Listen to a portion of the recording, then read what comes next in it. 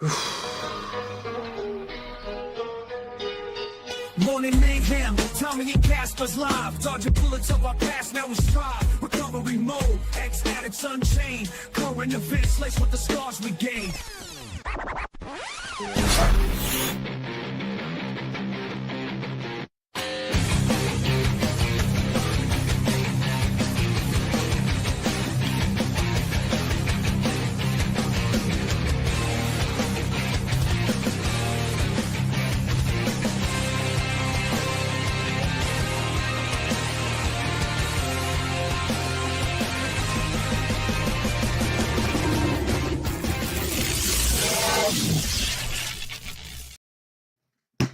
Hey, everybody!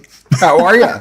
These blasted my back after an exclusive 3-year tour of Europe, Scandinavia, and the subcontinent.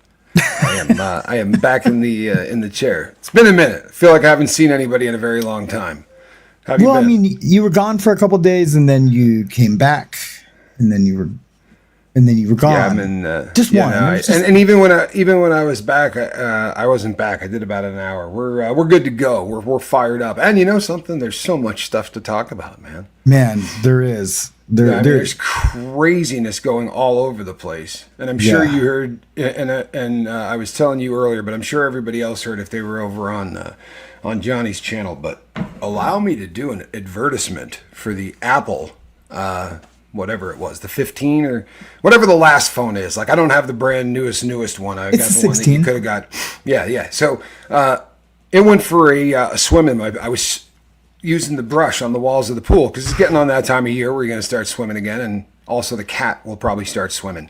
You know, that little kitty's pretty fond of water. Not mine, my brother's. But I was scraping down the walls of the pool and getting everything ready for summer. And my phone flies in the pool. And of course, a one inch wide brush, Casper. That's what you want to go for. If you're trying to catch a phone that's falling in water, use that little thing. Don't go down for a hand or anything like that. I tried to use the brush, and the phone was laying on the bottom of the pool for 8 feet. And by the time I peeled off my shirt and realized that it's going to take me 40 seconds to get the rest of my clothes, so I just jumped in with pants and socks and the works, and got down to the bottom and grabbed it on. And on the way up, I swear to you, this is vibrating in my hand because I'm getting an email, and the thing is vibrating 3 feet underwater. I said, "Oh, this is toast, right? This is never going to work again." Apparently, they're kind of waterproof. I mean, I got out, dried the thing off, not a thing. It yelled at me when I tried to charge it later in the day. It said, "Hey, idiot! There's a little thing that comes up and says, Tommy, you're stupid, and there's water in this." So I couldn't figure. I was like, maybe I put it in rice for a long time. So like we used to. Yeah, that's what I used to do, right? I called my fiance and said to her, "Listen, my phone's going to be out of commission for a hot minute because I'm gonna try to dry the rascal out in a bag of rice." And she says, "Why don't you use a hairdryer?" And I'm like, "That's a great idea." She said, Dude, "That's what you said the last time." She said, "That's what you said the last time I told you to do it." She said, "You thought it was a really great idea last time too." I was like, "Last time." That's classic. Yeah. So apparently, I was I had been riding the motorcycle in the rain and down in Bug Tussle, and I got good and soaking wet, and I was riding a dirt bike and just got soaking wet. So my watch. Yeah, my Apple Watch. I have the titanium. It's the newest, whatever. I financed it, huh? It's orange. Yeah. It's not a watch. Oh yeah. I'm sorry. I forgot who I was talking to, man. Sorry. My wrist computer, or there you go. Perfect, my wrist computer. Yeah, it has Tracy stuff. If it goes underwater, like it can go deep, like into the abyss without any kind of special case, and it's got a little. You just hit it and it ejects all the water out of it. Nice. And you can hear it. It's a pump. There's like a little pump in there, and it just goes and just spits the water out. It's crazy. Yeah, because everything in there is. Yeah, I saw one explained once when they first came out. All of the electronics. It's just a chip, and the chip is obviously encased in something. Sure. So instead of the outside being pressure proof, they'll just let the water get in. right? You know, with most watches, they've got to worry about that pressure difference. But because of how those are built, and there's no air inside, it doesn't require any air to run. If you take that little chip and you seal it in plastic, you're good to go. Yeah, it's amazing. It's pretty crazy as a concept, though. Yeah. Just spits all the water out when it gets out of the water. Exactly what it does. You know what, though, man? If you're a skin diver, like you're down there and you're, you're a scuba diver, and your boy comes up and he's like, yeah, he's texting. Yeah, texting. I'd kill the person. Yeah, I would take that little knife that you have on your leg, because you don't go scuba diving without. I watched a lot of Johnny Quest as a kid, bro. I would never go scuba diving if I didn't have a knife on my. Did you ever watch Johnny Quest? That cartoon? Every time they were in water, dude. If Bannon didn't have a blade on his, there wouldn't be Johnny Quest. Every time they got in water, he had to pull his leg piece. So when I came home from school, I mean, we ran home. We watched Gumby and Pokey. We watched the Gumby show. Then after Gumby was Johnny Quest. And then after Johnny Quest, we would change it and we'd watch Tom and Jerry. I mean, that was like my everyday routine for, years. Up in high school, I was watching Tom and Jerry. But basically what we were doing, we were turning the volume down on Tom and Jerry, doing bong hits of, cheap weed, whatever we could, steal from Broken up on an album cover. Yeah, broken up by alcohol, listening to Rush. Yeah, listening to Rush. Yeah. 2112? 2112. Dude, that was the only album I listened to in high school was 20. And there's other albums. I'm a huge Rush fan. Yeah, but we listened to 2112. That is so crazy. You just said 2112. Yeah, my hand to God. Yeah. Oh, I had no doubt. I knew when you described the scene. I'm telling you, I saw it. But I got to do that whole show minus I did the weed the first time around, but I got to do that twice because when Spanky was getting into that age where he was starting to groove to cartoons. Yeah. He liked Johnny Quest. I mean, for real, like everything I watched as a kid, and I didn't push it on him. There was some other stuff that he liked that he just found on his own. Wizard of Id, I think, was a big one for him. Yeah, Wizard of Id. But, or Fairly Odd Parents. But my kid was such a cartoon junkie, and I loved it, man. I just, and I worked from home, so I would just that's cool. drop on my, anytime there was a good cartoon on, I'd hear it, I'd be like, I'll stop making calls for an hour. I gotta hang out with the kid. I'll stop making calls for an hour. It was always a good time, man. Yeah. He's under the weather, man. We could use some thoughts Your brother and prayers. No, my kid, Spanky. Spanks. Yeah. Yeah. No, Johnny's all right. Johnny's always in pain. He's another one in the that's he just kind of lives with it. He's had back trouble and stuff. He's always there. Yeah, we talked about that last night. Yeah. I really appreciated him pinch hitting, man. I was. It was awesome. He's great, man. He's great. He's a good dude. If he'd gotten onto Rush, you guys would still be on. I can't wait to talk. Now I can't wait to talk to him about Rush. Yeah, he's a ridiculous Rush fan. All right, so listen here. Let's get to it because we're going to be hearing this anyway. So and I think it's kind of hot on everybody's mind because JC's lawyer has made some statements and Jay-Z has made some statements that are unequivocal. And I'm super behind on all that, so I can't wait. I woke up this morning and couldn't wait to get caught up by you about all of that. Okay, let's take the tack that that most of the world is taking, and that is that Busby had to pull out of this case. He's taking a good shellacking on this, and now Jay-Z is suing. There was never a case of any kind, and the reason that Busby is keeping his mouth shut, this is what most pundits are weighing in on, is because there was some kind of a deal cut in some way to protect either Busby or the client, because this was completely just a made-up case for a money grab.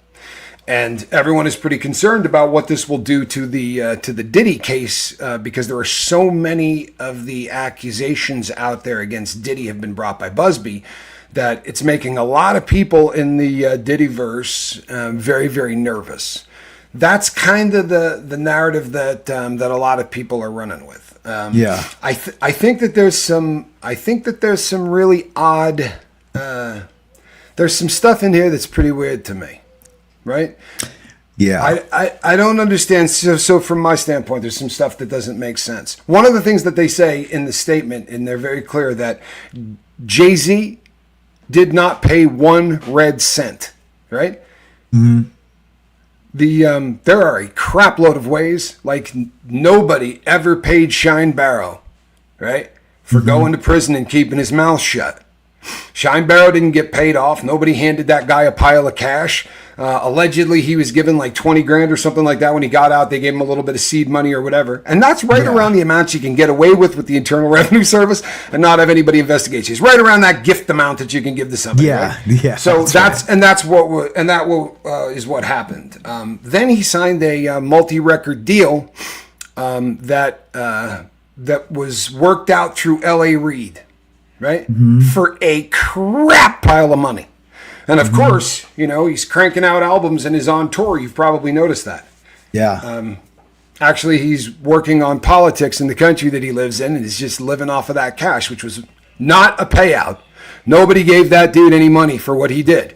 But he got a crap load of money through a record deal. There's so many ways. The way that they worded it, the hole in this to me is, if you hate Busby so badly, you're going to file this big lawsuit and you're talking trash about him. Why do you not get this boy disbarred?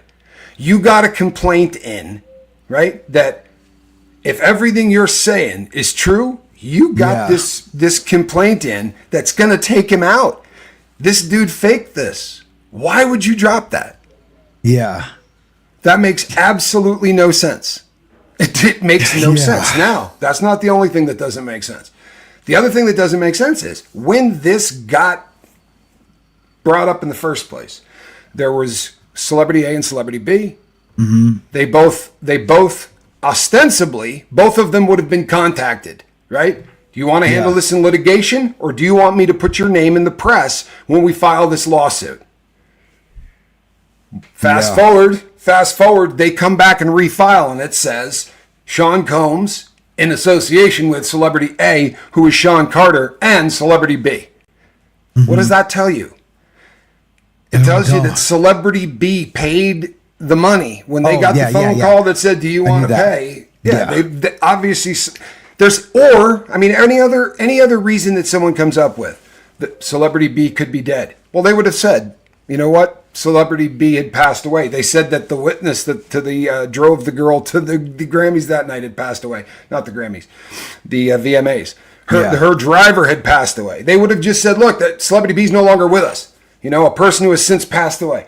Yeah, Celebrity B paid off. And you don't pay off on something that's BS. One of them paid off, the other didn't. So I think they started getting jiggy with it. It started getting to a point where this was going to have to proceed. And you know what? They were going to let it. If it was without merit, the first time they went in there and started yelling to the judge would have tossed this thing out. These things aren't decided outside of the court. It could have gone in there, but this was thrown out, and it was thrown out with prejudice, which means you screwed your client. If it's not a lie, this woman, right, who was a girl at the time, can never take this lawsuit to anybody else. You realize the shellacking that would be? Yeah, man. This doesn't pass the smell test, right? And the new lawsuit is not in New York, am I right? They didn't file it in the Southern District of New York because they're not going to go back in front of that judge after whatever just happened. They didn't file it in the Southern District. No, and look, if part of the deal, if you're Busby, just play the game. If you're Busby, this guy's worth $2.8 billion. What if they went in there and said, no, look, man, we're absolutely going to be able to prove this case. They lay everything out, and Jay-Z says, or his people say, what is this going to cost to make this go away? Yeah. And they say $50 million. And he says, all right, how about 100? But here's what we're going to do. Because if we're going to do this, my client gets his reputation restored. Yeah. I'd let you slap me around in the press for a couple of weeks. Huh? In a second, dude. That bumps to 100 million, and Busby's cut drops somewhere into the 40, maybe 45 million range. I'd take a hell of a lot of heat for $45 million, man. Now, all day, every day. And I'm not saying that happened. All I'm saying is, I would not ever be jumping on a bandwagon of believing that anything that comes out of this situation, right? Because dude, Busby's not stupid. He's not going to file something that's not real. No. Well, number one, there's his or am I job. wrong? Am I wrong? No. You know, they're not. You're absolutely right. Their job, when they say due diligence, look, they don't have to become the FBI, but they have to do some enough background before they bring something to court because they realize the severity of it. And you know something? You think Busby's a punk? He's bringing this against a guy that's worth billions of dollars. If you think that if you think he went into this willy-nilly, I promise you he did not. He did not. But he's gonna come out of it, right? We'll see. Why not disbar him? You got the complaint in there, and everything that you're saying is, hey, we just proved it. We proved that there was no case. We proved that this was BS, and then we decided, why would I want to have a violation offense against this guy that I hate so bad? That just would be mean. That would be piling on. I'm going to sue him out of California, but that would be piling on if I did that. That doesn't make any sense, people. Doesn't pass the stink test. Nope. It's sure the F doesn't, man. The only argument is, look, they might have just wanted to get everything out of court. Maybe they just don't want to deal with it. But I'll tell you something else that went away magically. Do you remember we don't need no stinking badges? Yeah. Right? Those affidavits were sworn. If, in fact, Jay-Z is deciding he's going to take this lawsuit out for $20 million against Busby, you don't think Busby's going to roll tough on what he did down in Texas, turn all of that over to the feds? This ends up being a criminal investigation. That's not legal, people. You can't send people walking around flashing badges talking about, we work for the state of Texas. I need to talk to you about some one of your previous lawyer. Looking like cops, being idiots like cops. I mean, not all cops are idiots, but like the one dude, you've seen the videos, right? You know, them pressing the YouTubers, and the one guy, he was just like a cop. He had the little arm twitch and, you know, wasn't super intelligent, but, you know, was making vague threats, you know, leaving you to infer that like these guys are cops. Yeah, no, they definitely they're were trying special to agents. come across them. Yeah. Now those agents of that the crew, state. Yeah, that crew they believe was from Diddy, right? Those guys were asking all kinds of questions about Diddy. Oh, I got my cops mixed up?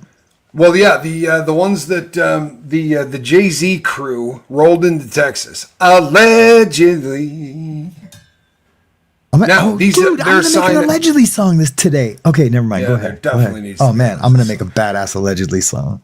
It has been alleged that they sent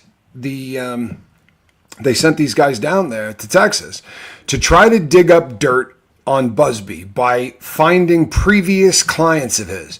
Now that's not necessarily felonious, right? But if you start saying, I work for the state of Texas, dropping a badge and saying, we want to talk to you. You hired Tony Busby, right?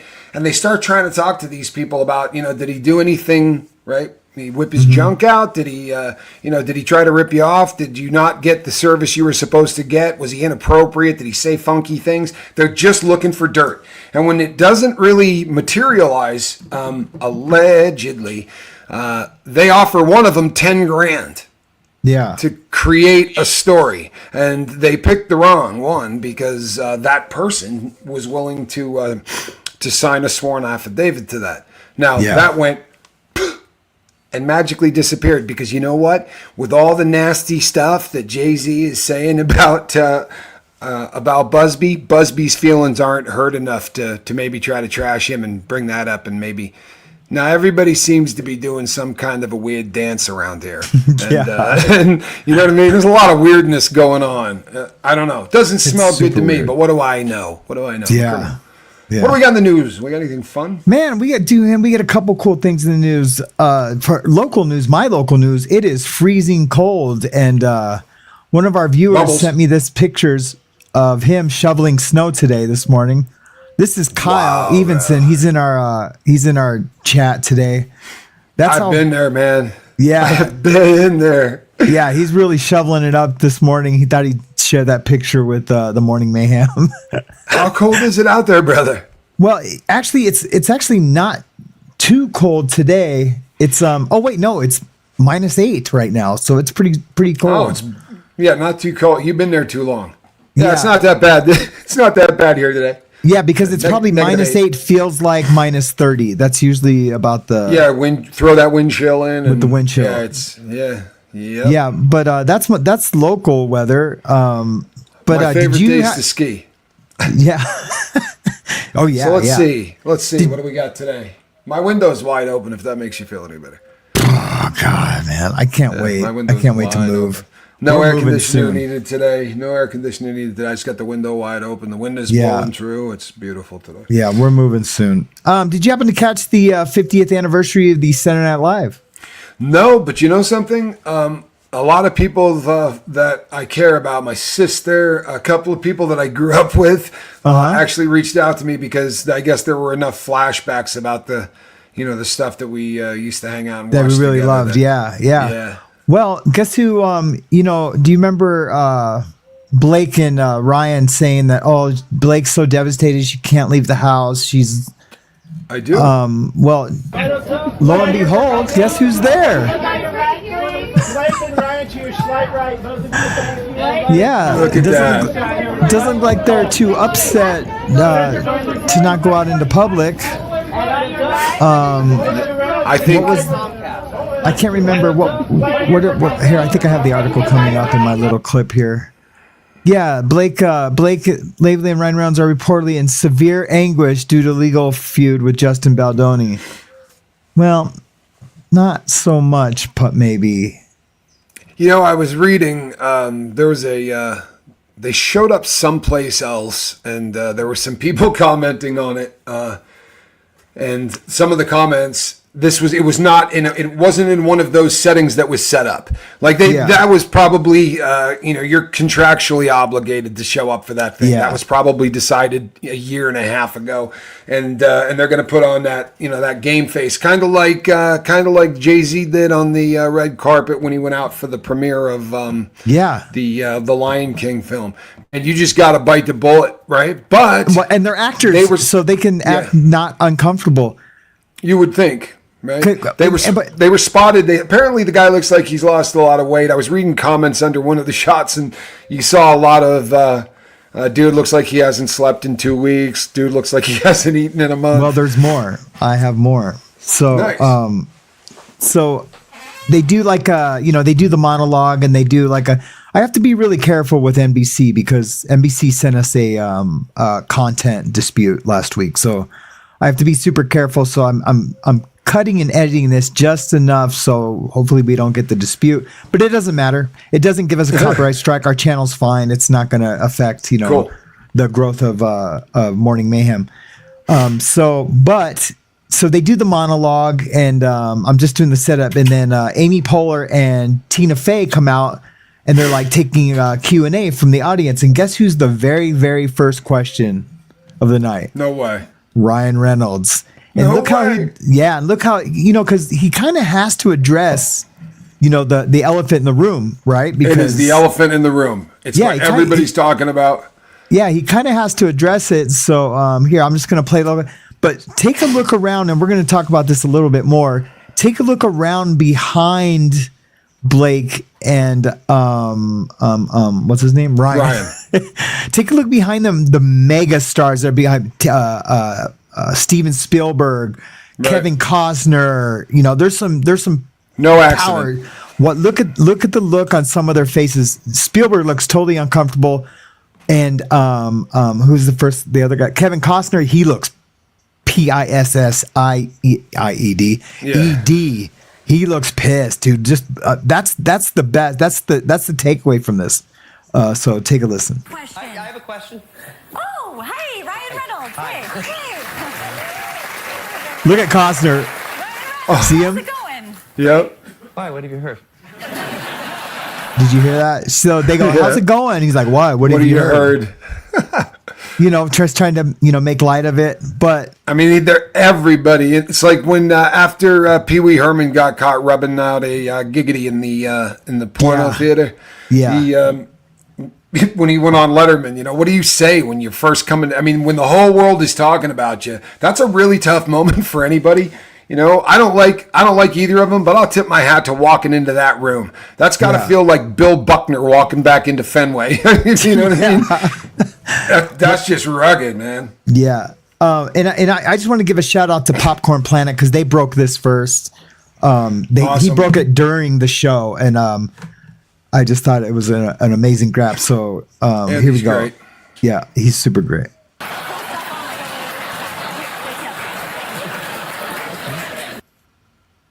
Look how uncomfortable she looks. Costner's right. I mean, Tana Louie is right. Costner looks like somebody farted. Either that or he's farting, one or the other. Like he needs to break wind right there. Hold on, where's the fart pen? Yeah. Where's the fart pen? All right, ready? Oh, yeah. Yeah, that was him. Oh, that was your fart pen. That's right.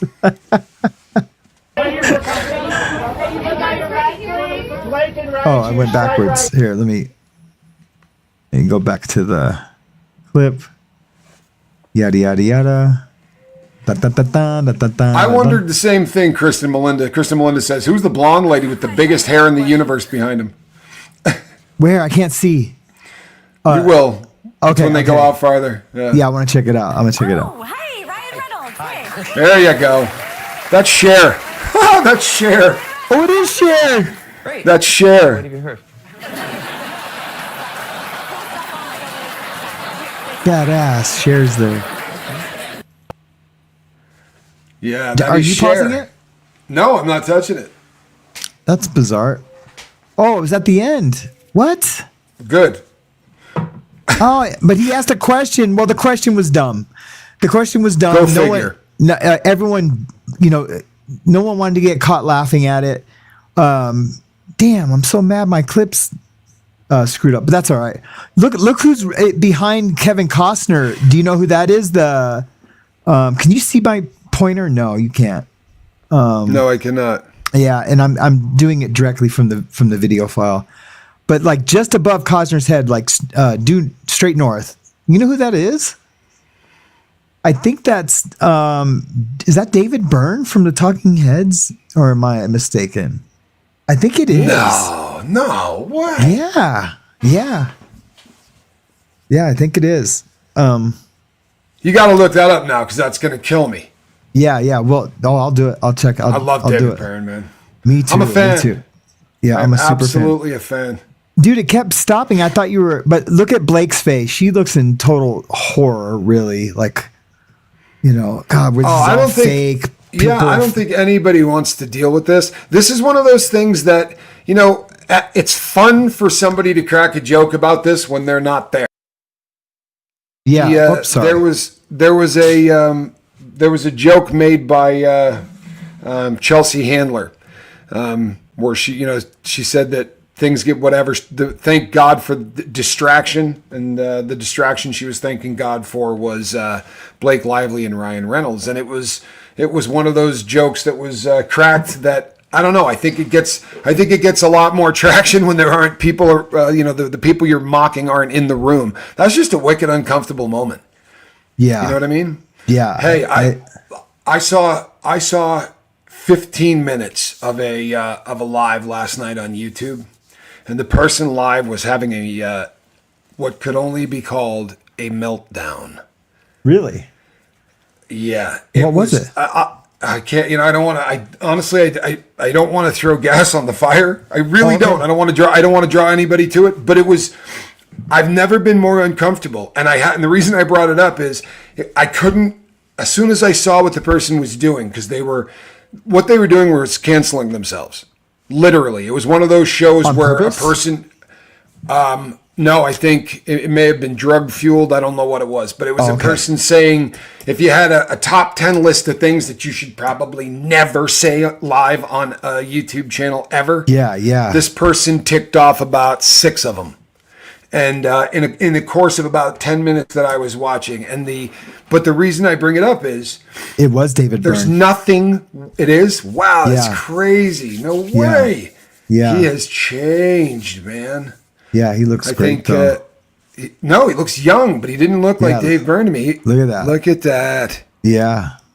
He looks God help us, amazing, he dude. aged well. He aged really good, man. He's a very, very intelligent man. I don't know Super. if you know much, but the guy is I do. wicked I know a lot. I know a lot intelligent. about the Talking Heads. Yeah. Yeah, he's a very, very sharp dude. Yeah. But anyway, go ahead. So he was yaying himself, whoever we're talking about. Yeah, but that's that feeling of where you're just like, oh, it's just I hate discomfort. You know what I mean? Like Yeah. I was watching the numbers in the chat, and I'm like, I can't believe the numbers. Like people aren't running away. I hung for way longer than I should have, and then I continually went back just to see if the person was live. Yeah. Right? Sorry. No way! Look at this. My ringtone. Question everything. Babysat for David. Huh? You have just officially become the coolest person of the day. Check this out. Holy mackerel. Yeah, I was like, what are you reading? I thought you were getting a text. They get the trophy. Coolest person of the day award. To be sure. Yeah, when you get the trophy, you also get the GOAT. You're the greatest of all time. There you go. That is absolutely the coolest thing that you could possibly honestly.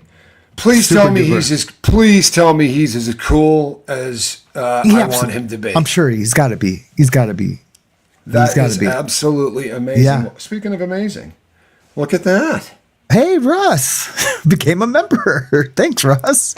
Didn't even know we had him. I have a quick babysitting story. I used to date a girl that babysit. I think I've talked about that. Russ, thank you, my brother. Yeah. Oh, I'm sorry. I didn't mean to cut you off. No. Yeah. Thanks, brother. She babysat for Bruce Willis and Debbie Moore, or Demi, because she was Bruce Willis's lawyer's secretary. So Bruce needed a babysitter one night, and he was in a jam, and she went and did it, and she became the long-term babysitter. But I have a cool house sitting story. The singer in my band a long time ago was house sitting for Setzer from Stray Cats, right? No way, Brian Setzer. Yeah, Brian Setzer. No way. Yeah, and I love Brian Setzer, man. me too. Hey, he house sat for him, and he stole his couch. He stole his couch. No way. Yeah, I couldn't believe it, man. He was just like, I don't know why he stole the couch, but he stole the dude's couch, man. Dude, that's Big Lebowski crazy. That's like not normal crazy. That couch really tied the room together, dude, man. It was a big velvet couch, and it was nice, man. It was a Wait a super second, nice couch. he boosted a velvet couch? Yeah. I'd take him off of Earth, man. Yeah. We were young, man. We were like 18, 19. It was a long time Question ago. everything was not a babysitter, just doing a favor. Well, I'll tell you what a hookup. That's so cool. Victoria says that's just wrong. And I agree with you. Woofing a person's did you miss the goat call? You kind of did miss the goat call. There was a goat call. Look, question everything. Babysat for the lead singer of the Talking Heads. Yeah, David, how do you pronounce his last name correctly? It's Byrne. Okay. People correct me on that crap. Anyway. And say what? Like Byron? Byron. Oh, Barn, like from over there. Yeah, I get it. No, I think for sure it's Byrne. But not only did we bestow upon the goat, but we also whipped out the trophy. Normally used for sobriety, but often pulled out for really fantastic comments, or just the coolest thing of the day, because I'm a really big Talking Heads fan, and I would have just geeked we were just out. fanboying, and we actually had someone in the audience that was had a connection, and that is pretty cool, man. Yep, it really is. Super cool. I love the avatar too. Very, very cool. Yeah. Brian Setzer just continues to rock. I was a big Stray Cats fan, but the Brian Setzer Orchestra is some of the coolest. I mean, those concerts are absolutely insane. I never saw one live, but there's a bunch of them that you can watch. That have been produced, and you can. But they're just he rocks, dude. I love rockabilly. I know you do too. We've talked. Yeah. Rockabilly, psychobilly. It really stinks that YouTube's terms of service and all the copyright stuff is so strict that we can't. Man, remember this song and play a little bit of it. Well, I got dinged on the. I had to do a share, profit share on a video because I used something in the outro. Something in the outro they did a share on, and it's like that. You get 6 seconds of somebody's stuff, and they're like, "Pay me," and you know what? Look, honestly, I get it. For real, and if they're avoiding, especially if they're avoiding a record label, I'm all for it, man. Take your share. I think that's cool as hell. Honestly, if I'm not paying it to Sony or I'm not paying it to when you start paying it to the big ones, and sometimes you got to, but it's ugly. I don't want. I'm not a Hollywood dude anymore. I make sure all of our stuff is licensed. That way, we get 100% share. If we ever got monetized. Yep. If any of my intros that I do, I always make sure that our channel IDs own the license to it. Because there's a lot of stuff. When I do a documentary for the channel, there's background music, there's intro, outro, there's all kinds of things that are happening in those documentaries. Right. And you could, if I had no licenses for any of those, we would get like 10 copyright strikes in one video, and then that's the channel. Three strikes and you're out.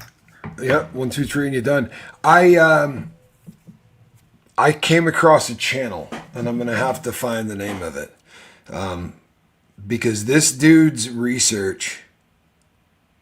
I'll find the name of it, and I'll talk about it. I came across a channel that I'm just gonna shout out the dude the next time I'm on, and the next time I'm on, and the next time I'm on. The research that this dude does is absolutely remarkable. And he lays stuff. Here's the thing too, man. Like, he doesn't have a huge following. He's not getting a ton of views. It makes no sense to me, and I want to promote the dude just because I think he's killing it. Yeah.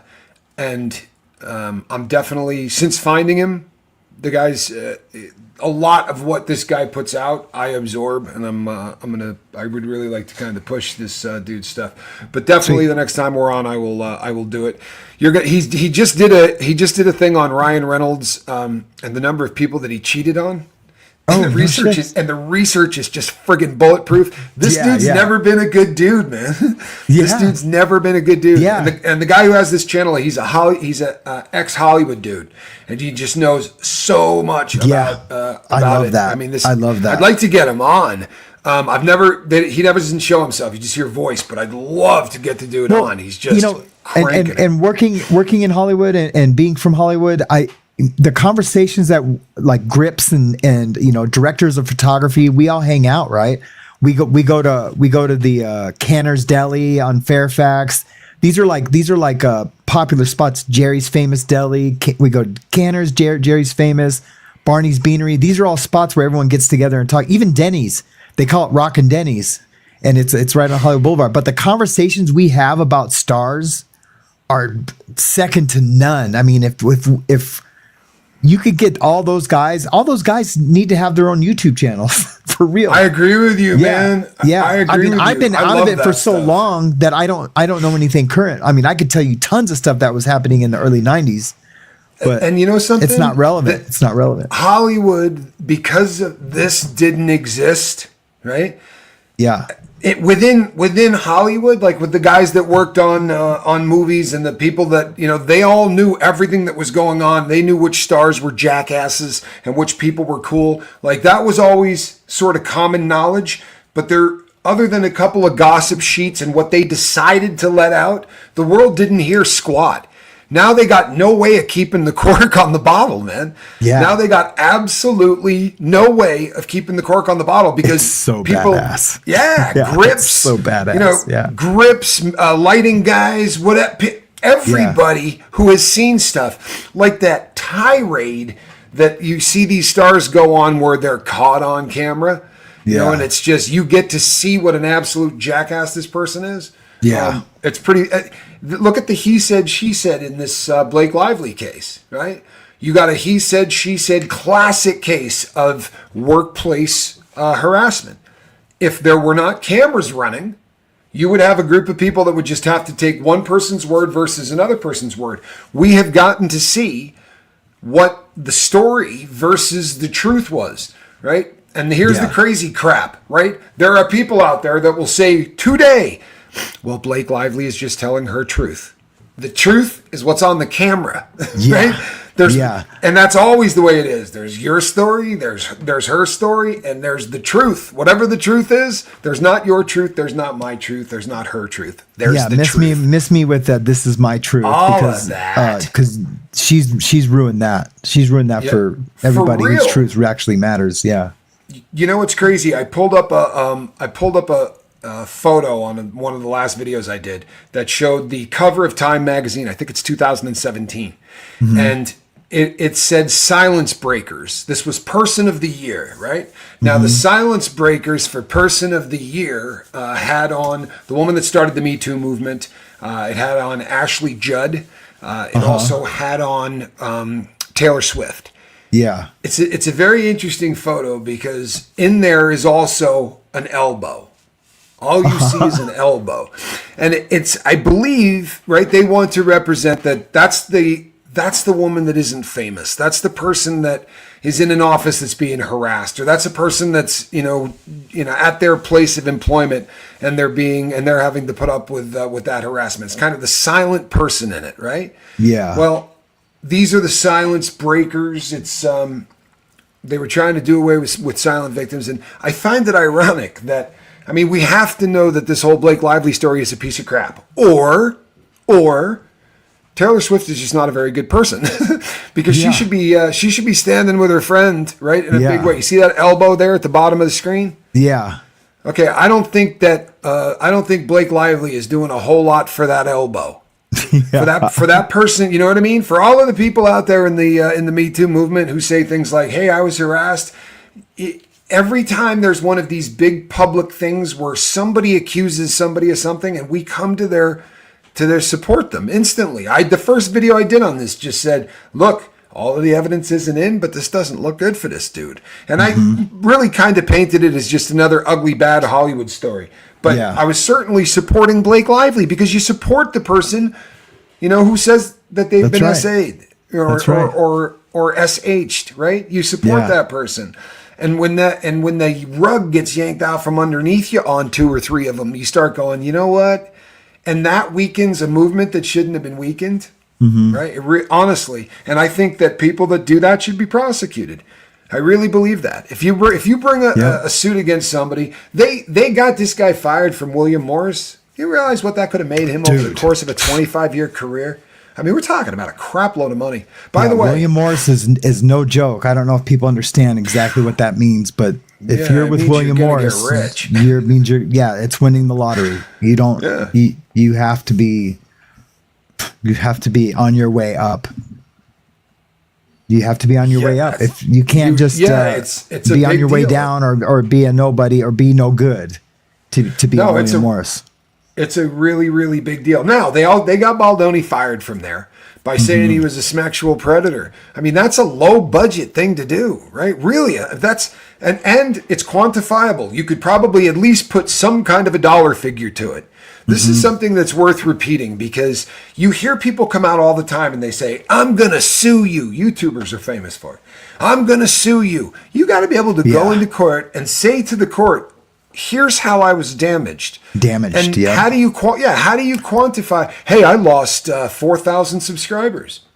What's that pay? What does that? I mean, honestly, what is that? How does that translate to money? Because it pays different. It pays differently every month and for every person. For every person, you don't know their watch. Yeah, this is not something now. And if you're somebody like if you're somebody like a Sean Combs, right? You're going to sue somebody and say, hey, man, your YouTube channel is destroying my reputation to where I can't make a living. All of the stuff that you've done hasn't done that. All of there's 10 million people talking about you, but you think the 10,000 views that that this YouTuber's getting talking about you, how do you quantify that in court? You think a judge is going to go, oh, yeah. Yeah, no, this guy did you dirty. That's worth $100 million to be sure. You have to be able to show. I mean, it's ridiculous because you hear people claim this crap all the time, but you have to be able. So here's a great example. Right now, Jay-Z allegedly claims, I can show you a deal I lost for $20 million. Okay, you could sue somebody for that. Yeah. You could say they pulled the plug on me because they think I'm a weird kid toucher now, and it cost me a $20 million project. Well, that's actionable. You can show damages. We speculated the other day because Baldoni is being sued for $400 million, which is a crap pile of cash. And somebody had said, I believe Ryan Reynolds is a billionaire, right? So the guy could probably actually pay that because he did that Mint real? Mobile deal. Well, he did the Mint Mobile thing, and then Mint Mobile was purchased the Canadian by, cricket. Yeah, the Canadian cricket. And they were purchased by T-Mobile. Don't you love that? The Canadian cricket. Yeah, I love it. They were purchased by T-Mobile and for a lot of money. So I did a little deep diving, and he is not a billionaire. But you know what he's worth, oddly enough? $400 million. $400 million. I kid you not, man. That cat's got a net worth of $400 million. I wonder if they did the same research I did prior to that lawsuit. They had I'm going to sue you for every penny you got. Yeah. You might want to look at his watch collection. He's got a couple. Yeah. Don't let him hide anything on you now. Check those offshore accounts. Don't fart around. Yeah, don't fart around. The series Entourage was based on William Morris and Ari Emanuel. Ari Emanuel, I'm fairly confident, has cloven feet as well. If you're not aware of who Ari Emanuel is, his brother was his brother is Rahm Emanuel. Rahm Emanuel was the cat from Chicago. Okay, very, very, very wealthy family. He was Obama's chief of staff also. He absolutely was Obama's chief of staff and did wonders for Chicago. I don't know, man. Like he. I think. I'm sorry. That's low hanging fruit. They were like the murder capital of the world for many years, and especially in the projects where they were not helping. But he had never actually been there, so he wasn't worried about it too much anyway. Yeah. It's not like Rahm was spending a lot of time hanging out there. Yeah. But Ari Emanuel is very wealthy. His the company that he owns the UFC. He's pretty big time. Yeah. And he also owns it's all part of an umbrella deal group that's got William Morris in it as well. But he is actually an agent. He's still in the game. He's still managing talent. Two of the people that he manages are Blake Lively and Ryan Reynolds. So when they said, you better get this weirdo, out of here because he's a sex predator. Well, then the guy did that. Who pays more, right? Who's going to make him more money? That's all that Hollywood matters. And then he comes out and goes, who's the guy? Yeah, I got rid of that guy. Baloney. What's his name? Justin Baloney. Disrespectful piece of crap. You know what I mean? Just low budget, disrespectful. I'll tell you what, you're going to remember his name at some point. Because you're going to he is. You're going to be right. Yeah, he is.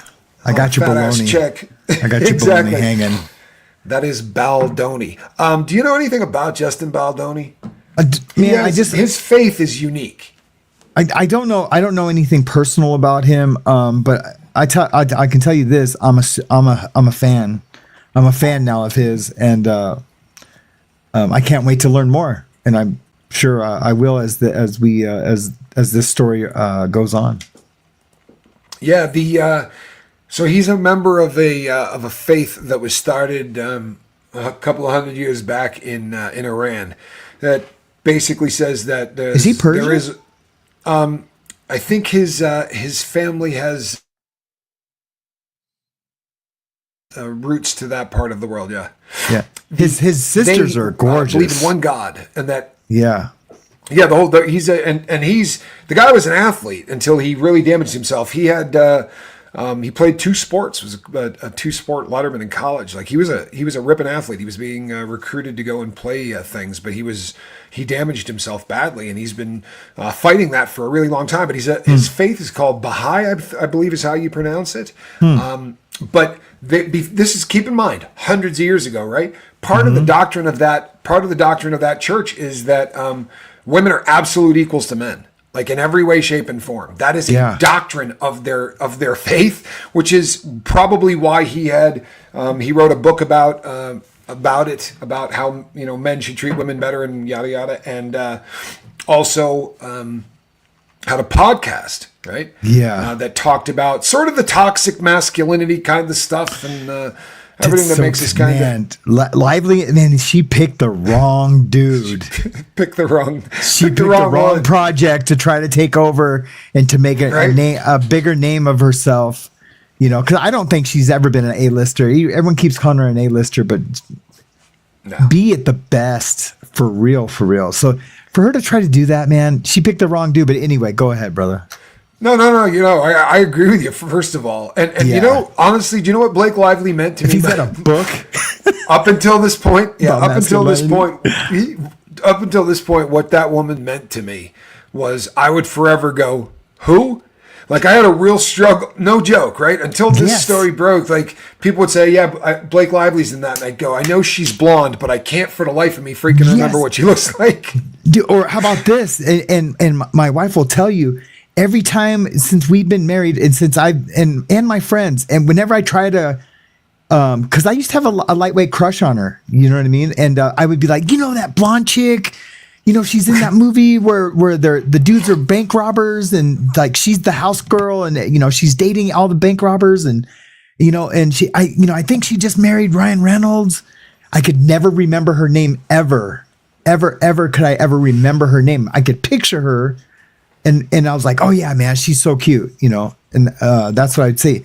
Now she's just so ugly to me. It's unbelievable. But it was the same thing. I could never what was, and now it's nuts. I'll never forget her name. I know who she is now, but she was the actress. Hey babe, she was always the actress that I would go, I have no idea what you're talking about. Yeah. I don't have a hit list. I don't remember anything she was in either.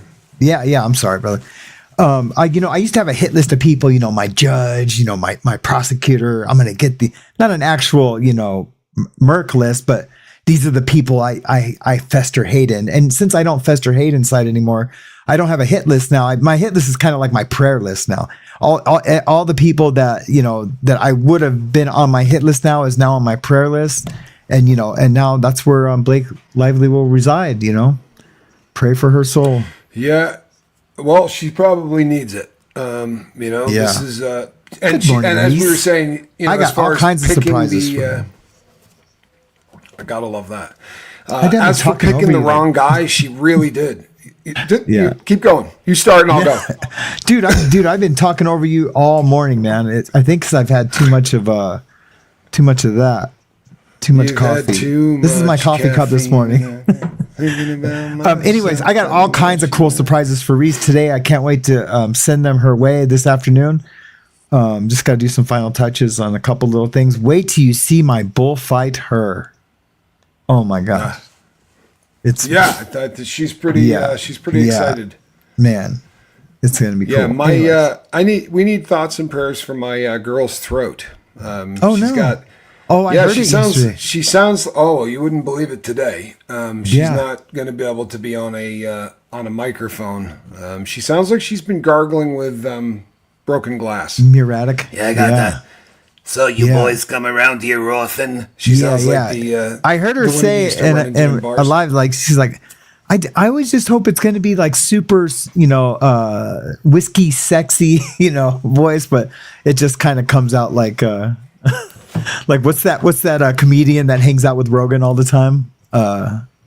Joey something. Yeah. You know what I'm talking about. Talk like this, my mom, she's a Cuban gangster.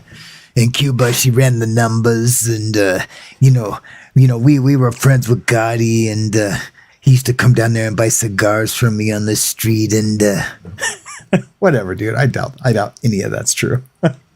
You know what? She sounds. She definitely. It's not. No, she's hating that because that's that type. You know the. Yeah, sorry you see about them that, honestly. Sounds like Marge Simpson's sisters. There you go. They used to scare me. They used to scare me when I was a youngster because A wee lad. the cougar thing had started right around the time that. Right around the time I was of that age I don't think it was a big thing before that, but there were all kinds of women that were hanging out trying to pick up on dudes that were in their 20s, and they always sounded like they had been smoking Look at your 45 packs of cigarettes a day. Yeah. He just tried to open that door. Yeah, she's really a pisser. Yeah. What you got under there? The crazy thing is she'll go put stuff under it solely so she can freak out and then try to get it back out. Oh, wow. That's funny. That's funny. Yeah, she's a very unusual animal and has changed dramatically since the kitten got in the house. Oh, really? Like her little personality? Yeah, she acts like she's 2 or 3 years younger again. It's like the kitten has given her energy. Yeah. It's probably got a lot to do with the fact that she has to hide to sleep now because the little one wants to play constantly. Yeah, yeah. So it's either she's asleep or she's going buck wild, which is much more kitten-like than she used to be. Well, there must be something going around because on Saturday, I don't know if you caught the Mayhem Show. I did. My voice was leaving, and I kept having to go. I kept coughing during the show, and I don't. These are not super expensive microphones, so it doesn't have the cough button. You know what I mean? Like the cough button. Yep. But yeah, it was a good show though. It was a good show. I did divorced dad content, single dad content. It was pretty funny. Ghost Rider says it's hard to quit a 5-pack a day Camel no filter habit. No, it's not actually. It's not. Well, it must be the nicotine. You just need the. Well, the you know what? Honestly, if you're smoking 5 packs of Camels a day, people that get to that point, it's the ritual. It's not the. Yeah. Because you can supplement the nicotine like that. You can take the lozenges and pop them in your mouth all day and stop burning something and sucking it into your lungs.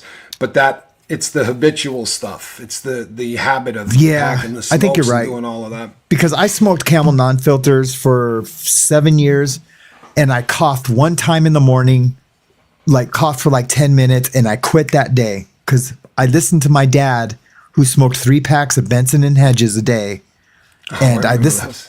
Yeah, and I listened to him cough every morning before school for an hour while he was getting ready to go to his factory job.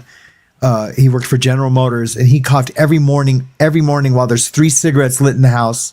Literally, there's a cigarette lit in the kitchen, one in the bathroom. He just had them lit all over the place, and he coughed like that. And the first time I coughed like that, I quit that day, and I didn't smoke for 14 years. Wow. I didn't smoke for 14 years, and then I picked it right back up like it was cool. I played Danny Zuko on in Greece, and we were supposed to have a pack of Camels that were twisted up in your sleeve, and it was either that or it was Lucky Strikes, red apples, and they would keep those smokes around, cartons of them, because the dancers, everybody. So you started smoking them because they just had cartons of things around. Yeah. And Lucky Strikes, man. You would come in and for a rehearsal, and the director would be like, "What the hell's wrong with your throat?" Nothing. Nothing. We're good to go. Summer loving, had me a blast. Get him smoking those red apples. Chesterfields. Chesterfield. Have you ever smoked a Chesterfield? The worst cigarette in the world. The worst cigarette in the world, hands down, ever was the Lucky Strike. Oh, do you think so? It's toasted. It says on the thing, it's toasted. They would take the tobacco prior to rolling it up, and they would toast it to do something. And man, it's toasted. You take that first drag. They're gnarly. You're like, yeah. Feels like someone's taking your lungs and going like this. Dude, it's literally making my sides hurt right now. Well, you know what? Vape? You know how I know that they're the worst? Because on set, right? They were the last smoke on set. The Camels disappeared instantly, right? They also had Pall Mall shorts. Those disappeared instantly. The Chesterfields even went. But those lucky strikes, man. I think You I might should have been have the had first one to capris go. on there. They never would have gone away. Capris. Yeah, the little. I don't think it. Do you guys remember the capris? Of course they do. We have the You know smartest what? chat in the world. I Yeah, need to pull up the chat. I don't even have it The up right now. capris were so funny. You know, Reese, I don't know if you saw earlier. We had a video from the anniversary of Saturday Night Live, the 50th anniversary special or whatever, and Cher was in the audience. She looked Her great. hair's about this much too high. So if you ever happen to come across that clip, you know, when you say you can make the hair, because I Come like across big it, hair, I can man. pull it I'm up from the right now. 80s, man. Yeah. You know what? I'm from the 80s, man. I really, there it is. Look at that. Look See, at that's that. about that much too high, kitten. Right there. Yeah. About that much too high. The anything other than that, I'm good to go.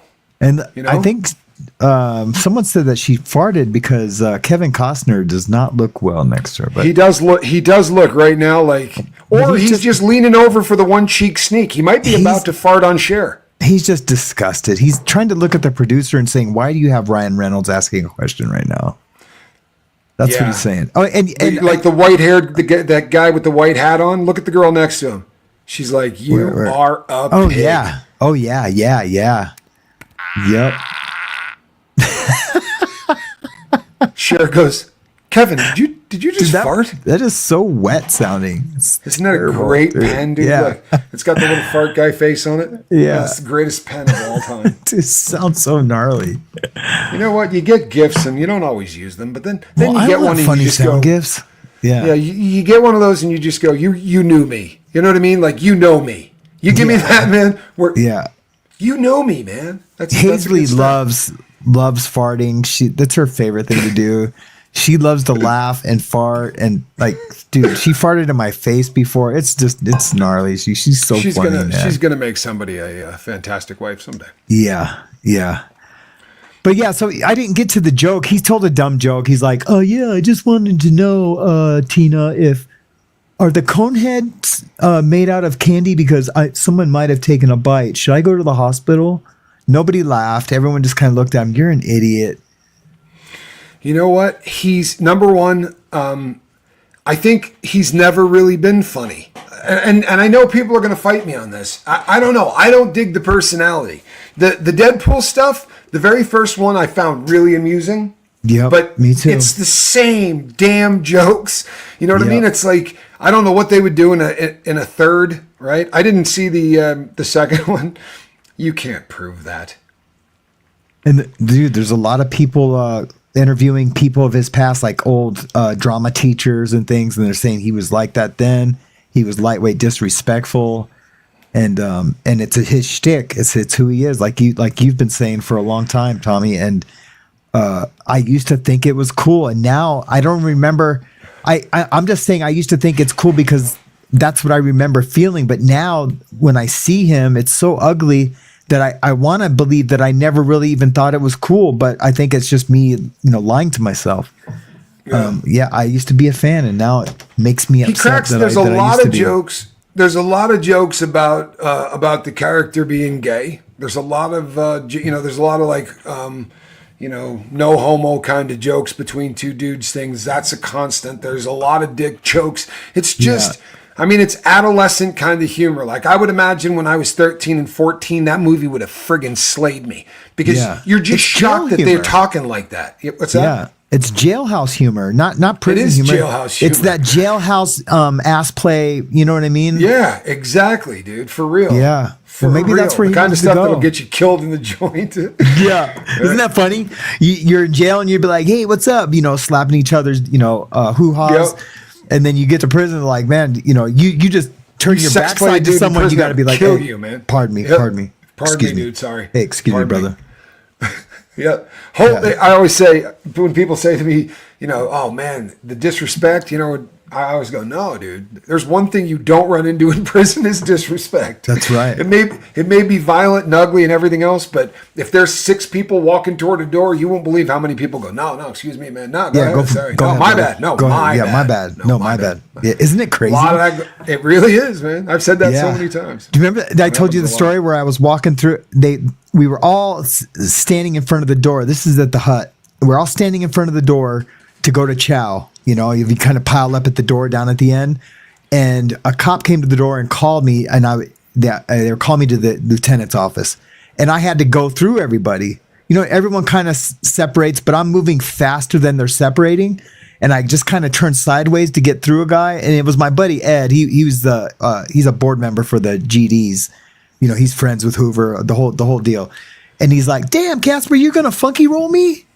And I was like, "What do you mean, man?" And he's like, "Man, you funky rolled me," and I didn't know what it meant. So I go and I come back. I was tripping. I thought I was like in trouble with this fool because he's a big deal, you know. That's and I was like, "Man, what's funky roll? What's funky roll?" I'm telling you, GDs, just in case anyone doesn't know. Yeah, it's a prison gang. Well, Yeah, street gang too, actually.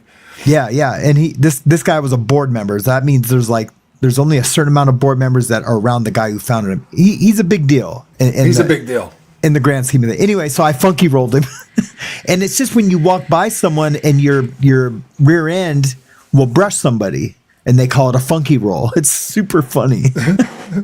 But he wasn't and mad. that's something you probably want to do. Yeah, he wasn't mad. You know, he's just telling me, "Damn, Casper, you gonna funky roll me, man?" I was like, "Oh, my bad. I didn't even know what it was, but my bad." Well, you know something? There's really, as sad as it is, if you got the right yard, like we had a guy that came in from Salt Lake City, Utah, right? Dude was a Mormon his entire life, and he's not going to run across this channel, and he was gay. And it's a very tough religion to be gay in. And he got married, he went on his mission, he did everything right, and he fought it until the first time he found him a bag of crystal meth. And then he went, "I am free as a bird now." Yeah, and free he at got last, into it. free at last. Dude, for real, man. Like, he just had sex with everybody on planet Earth. That was dude. And blew through a bank account doing it. Found out that you could buy people and just blew through a bank account doing it. And then just decided to go to the same bank that he blew through the account at and make a withdrawal without having an account. He robbed a bank, caught a Fed beef. And so he comes into this FCI, and on the bright side, it wasn't one of the nastier FCIs, but nevertheless, it's an FCI. And the day one, he comes walking in, and like the guy from Animal House, "You guys playing cards?" He comes walking up. He comes walking up to the poker table and walks through the Mexicans area, the blacks area, through the middle of it, going like this through all the tables. Everyone's turning like this, and I swear to you, the guy looks like Will Ferrell. He's got a white fro, and he's been locked up in county. He's been locked up in county for who knows how long, 10 months or whatever. So it's this big. Yeah. Dude, it was the funniest thing you've ever seen in your life because everybody's going, "What the hell?" You don't walk through somebody's section. Like, you got to go all the way around it. Unless you're that race, you don't walk into that section. And he's just cruising through the middle of it, and everyone's looking at him. He's like, "Hey guys, how you doing?" Right? The black guys, "How are you? Good to see you." Keeps walking, and everyone's like watching him as he goes by, waiting for the white boys to beat him up so that everyone else doesn't have to. And he comes walking up to the poker table that I'm dealing at, no joke, and goes, "You guys playing cards?" It's like, doing algebra. Let's go for a walk. Explains a couple of things to you, man. Yeah, this would be a good time to talk. You're he's that dude killed. That George Carlin talks about, like, "Hey guys, didn't make the team, but blah." Oh man, you know what? You're the fastest way to Reese's heart, man. Really? My she's girl, a fan of George Carlin? Oh man, no, we're all fans of George Carlin. Reese is something different. When Reese was a little girl, her dad's a degenerate piece of crap, but he used to go out and shoot pool. He was like a hustler. Yeah, and he would just leave her at home with cash on the table, basically. Yeah. Not a great dude, but she would pop on Carlin, and basically, Carlin's probably more her dad than her dad is. In all honesty. Oh wow. And she's she was. Wow, that's crazy. That's cool, man. I used to be able to do flip my eyelids inside out. And when I was a kid, I used to also listen to George Carlin, and you know what I'm talking about? How you can flip your eyelid and keep it inside out. Yes. And, and there's a George Carlin bit where he's like, "Hey man, don't do that. You look like the devil." And ever since I heard that, I never did that trick again because I didn't want to look like the devil because George Carlin told me so, you know? Yeah, no, and he's solid. You can roll with Carlin's advice all the way down the pike. Oh, man. Oh, man. A near miss? It's hard to go. It's hard to go wrong. A near with miss. That was a plane crash. Yeah, because they say like, you know, a plane crash. Oh, there was a near miss. And like near miss, it was a plane crash. What are you talking about? Yeah, he is the one of the funniest things ever, and you know that's these stories. That's cool. I'm sure my family just hates me talking, but we were going to Bermuda. We were going to Bermuda for a family vacation, and my brother and I used to near hit. Smorgasbord, bring a smorgasbord of different chemicals on the on the trip. It was just one of those things that we did. And each year, you know, we didn't live together, but he would always come back from wherever he was to go to the vacation. So each year we try to outdo each other with whatever drugs we're bringing. It was just not a good thing. But this year we had brought some LSD, and we took it before getting on the airplane. And we take off, and the pilot says, we fly into a storm. We're the only plane allowed to land on the island for 3 days. And the only reason we did is they had enough fuel to go there, and they had enough fuel to go back if they had to, but the storm was so bad we couldn't go back, and riding around in circles wasn't an option, so we had to land, and it was the gnarliest flight in history, and I'm tripping my nuts off. And the only thing that saved my life is, you know the little headphone things? My brother, I'm doing this one by the window, dude, like I'm having a bad time. And my brother goes, and I'm like, what? Like, what's a 3? And he's like, put on this, and I put it to 3, and it was Carlin. It was George Carlin, and I had never heard him before, and it was just a 2-hour, like every great George Carlin comedy sketch over 2 hours, and I am sparking, and I'm looking at my brother, right, and we're laughing so loud, I'm thinking the plane's got to be staring at us, right, and I'm going, this is so loud, and I stop myself and I go over and I'm telling my brother, and he's like, that's not me. And my dad is 2 people over just howling, right? And he's got no reason. He's not self-conscious. He's not on drugs. He doesn't know what's going on. So he's just laughing his ass off. And it was one of, you know, I don't know that I ever came clean and told him we were tripping, but it was one of those moments. We'll talk about that flight. You know, it was just Carlin. Tits meet toots, toots, tits, tits, toots. Tits shouldn't even be on the list. Right? It's not a curse. The words you can't say. Yeah, some words you can't say. Shit, piss, fuck, cunt, suck a motherfucker, and tits. And tits shouldn't even be on the list. Cock, suck a motherfucker, and tits. Tits. That shouldn't even be on the list. Tits. All right. Well, we do have some other stuff we can talk about. But we digress. But I digress. There is some other stuff to talk about that I didn't talk about because I wanted you to be here when I talk about it. And man, I just realized that I didn't, unless you want to get to the chat, I've been seeing some really cool comments in the chat. Worst thing I ever did was sniff glue at school. Then I had a history lesson on Battle of the, and I laughed all the way through it. Everybody in there all horrified, and you're in the back of the room just laughing. I love Never did glue, but I did liquid paper. I did sniff liquid paper. That got real big in my school. I never did it. There was this kid that used to drill a hole in the side of it. Right, and then he would put the thing up his nose and just like breathe through the carb. I was like, "Get your fun on!" I'm so bummed out right now. Go ahead. The only one that I have ever done of those was like nitrous was the only inhalant I ever did. Oh no, that's not true. And amyl nitrate poppers. Yeah, poppers. Yeah, poppers. Now they sell it in the little bottle. And you can just keep doing it. Rush. Yeah, it literally, Rush. They called it Rush. I mean, man, it literally just made me nauseous thinking about that. That's so crazy. We used to do them in this little like cardboard covered glass tube.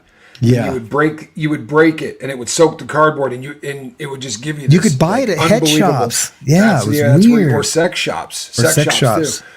But like I remember being in clubs, and there'd be like an inch of them on the floor. You know what I mean? Like, for real. Like, everybody was just in there popping them. But when you do them that way, when you do it with that Rush, you can get way more of that crap than you're supposed to. Like, the nice thing about a popper was it was just enough, right? Like, you didn't, that with the bottle, like, this kid brought that to school, and the first time I did it, I was walking around going, oh, my God. Yeah, like, headache. My head was just, that stuff was awful, man. Yeah. Man, I'm bummed out, man, because I do show prep in the morning, right? I write all these things for my intros to the news things, and we start talking, and I just did the whole Blake Lively thing, and I had a whole little intro I wrote, and now I'm bummed out about it. But I'll just put it in my pile. I go through so much paper for this show. You know what, dude? I do the same thing. Yeah. I do the exact same thing. Now that we got 164 people in here. Yeah. Like the Jay-Z lawsuit. Like people are gonna.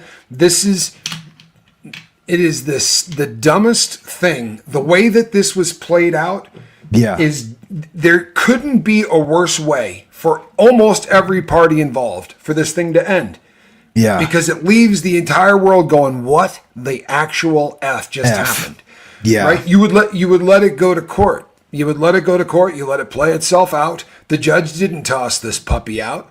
Yeah. Right? In fact, the judge admonished the legal team for continuing to bring all of the frivolous BS. And then we had the alleged stuff down in Texas where Voldemort sent his team of goons with badges, right? Fake badges, to try to get people to bring libelous suits against their former lawyer, Busby. That's jacked up, right? But why did that go away? Why did the Rule 11 violation complaint go away? You could have got this bum, this ambulance chaser disbarred. Dude, because you're right. Because if he went to the lengths to have those goons go down to Texas to smut this fool up to get him disbarred, whatever, then why wouldn't he now? You're exactly follow right. Through. It's because let's just say what it is, right. man. The dude got paid off, bro. Somebody had to have. Somebody there's had to money have. There's a lot exchanged. of there's a lot of ways to pay people off because you're going to hear people say no lawyer's going to come out and make an absolute BS statement where if it ever gets found out that it's a BS statement, for a lawyer to come out and go, Jay-Z didn't pay 1 red cent. Mm-hmm. That's dangerous for a lawyer. But there's a lot of ways you can get around paying 1 red cent. Yeah. Right? He did, however, give somebody a piece of real estate. I'm kidding. I'm not saying that happened, but you understand what I'm saying? Yeah. You could. Yep. There are so many ways. It's like the Shine Barrow case. Not to beat a dead horse, but that dude got out of prison and instantly got a deal for a bunch of albums. Now, it didn't come from Diddy. It came from L.A. Reid. Now, are Diddy and L.A. Reid homeboys? L.A. Reid is the guy that gave Usher to Diddy for that flavor camp. That was an L.A. Reid setup. Yeah. All L.A. Reid's idea. Yeah.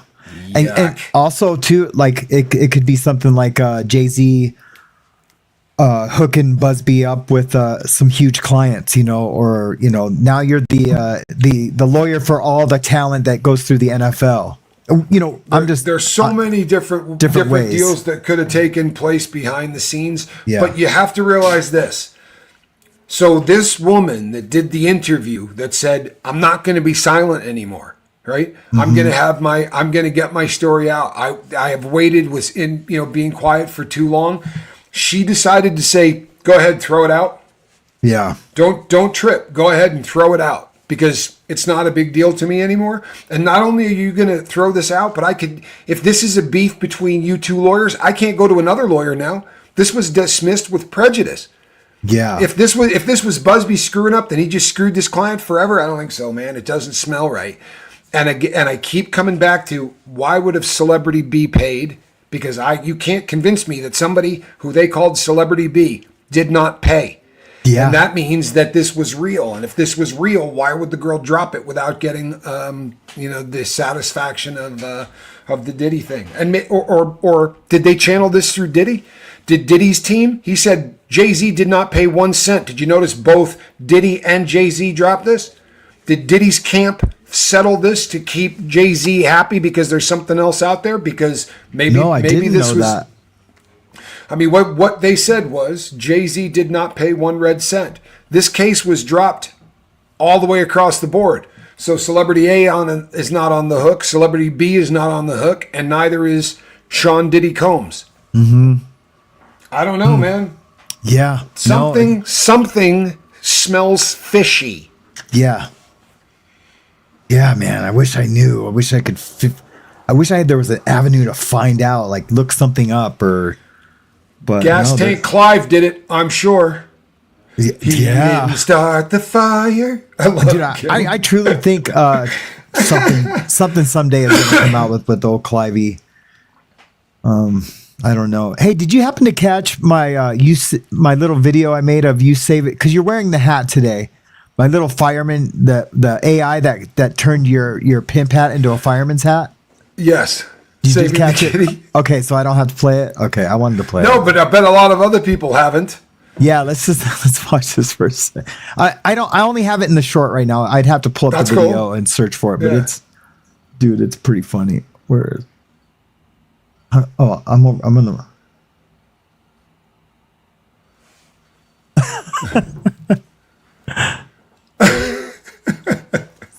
Save them kitties. I love that. Yeah. Oh, I absolutely. But it's love cool. that. It's really look at the fireman's hat. Yeah, that is awesome, man. It's the exact same thing. It really is. It's the exact same thing. That's so gangster. Go, Tommy. Do you know I was accused? I was accused of dyeing my my goatee again. I let the hair get long. Let the hair get long, and Yeah. someone said, "Man, are you dyeing that again?" So I had to whack it back, dude. Well, AI decided you needed a little darker goatee. Did you see that? Here's the thing. I used to at one time have a much darker goatee, and then you hang out with Reese, I know. and Yeah. starts to gray you up a little bit. You know how it is. Yeah. Younger women, man, they wear. My you out, wife and loves then- my hair getting gray, and my hair's really getting gray now. Yeah, mine is too. Check this out. Dude, it is, man. It is. There's no Especially question. on the sides. Yeah, it was powerfully gray. It's coming in thick and gray on the sides. Yeah. Good times. Oh man, for Halloween this upcoming year, you have my word. Mm-hmm. I'm gonna grow my hair out. I'm gonna keep a hat on. I'm gonna grow the hair out for Halloween because this next Halloween I'm going as Dr. Phil. Oh, please do, man. I'm gonna do it. Absolutely. Please do. I'm gonna go as Dr. Phil for next Halloween, and I'm gonna walk around and say things to people like, "Well, you can lead a horse to water, but you can't teach him algebra." You know what I mean? Just like Yeah. throughout all Did Halloween. you see that he's doing all these raids with Border raids. It's Yeah, about the border time you raids. got out of this country.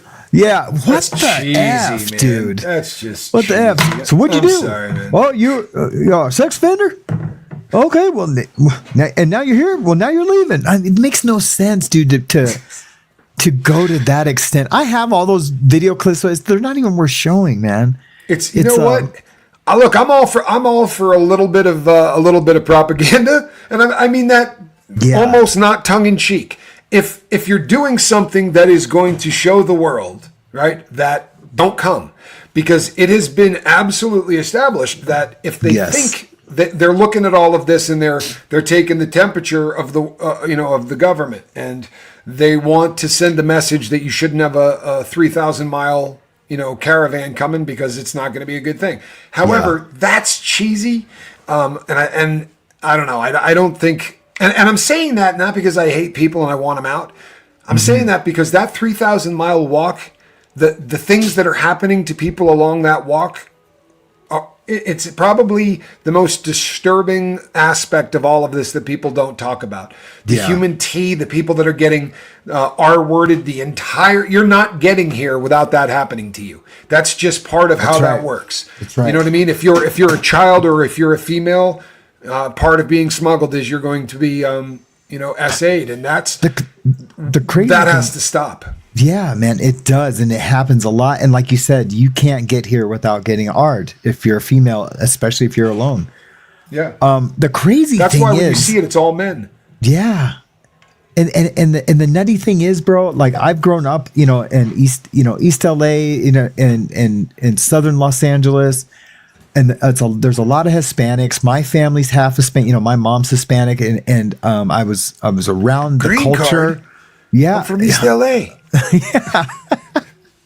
And I know a lot of paisas, I'm from the street, and they're all great dudes. Like, well, they're all great dudes, the ones that I've known and met.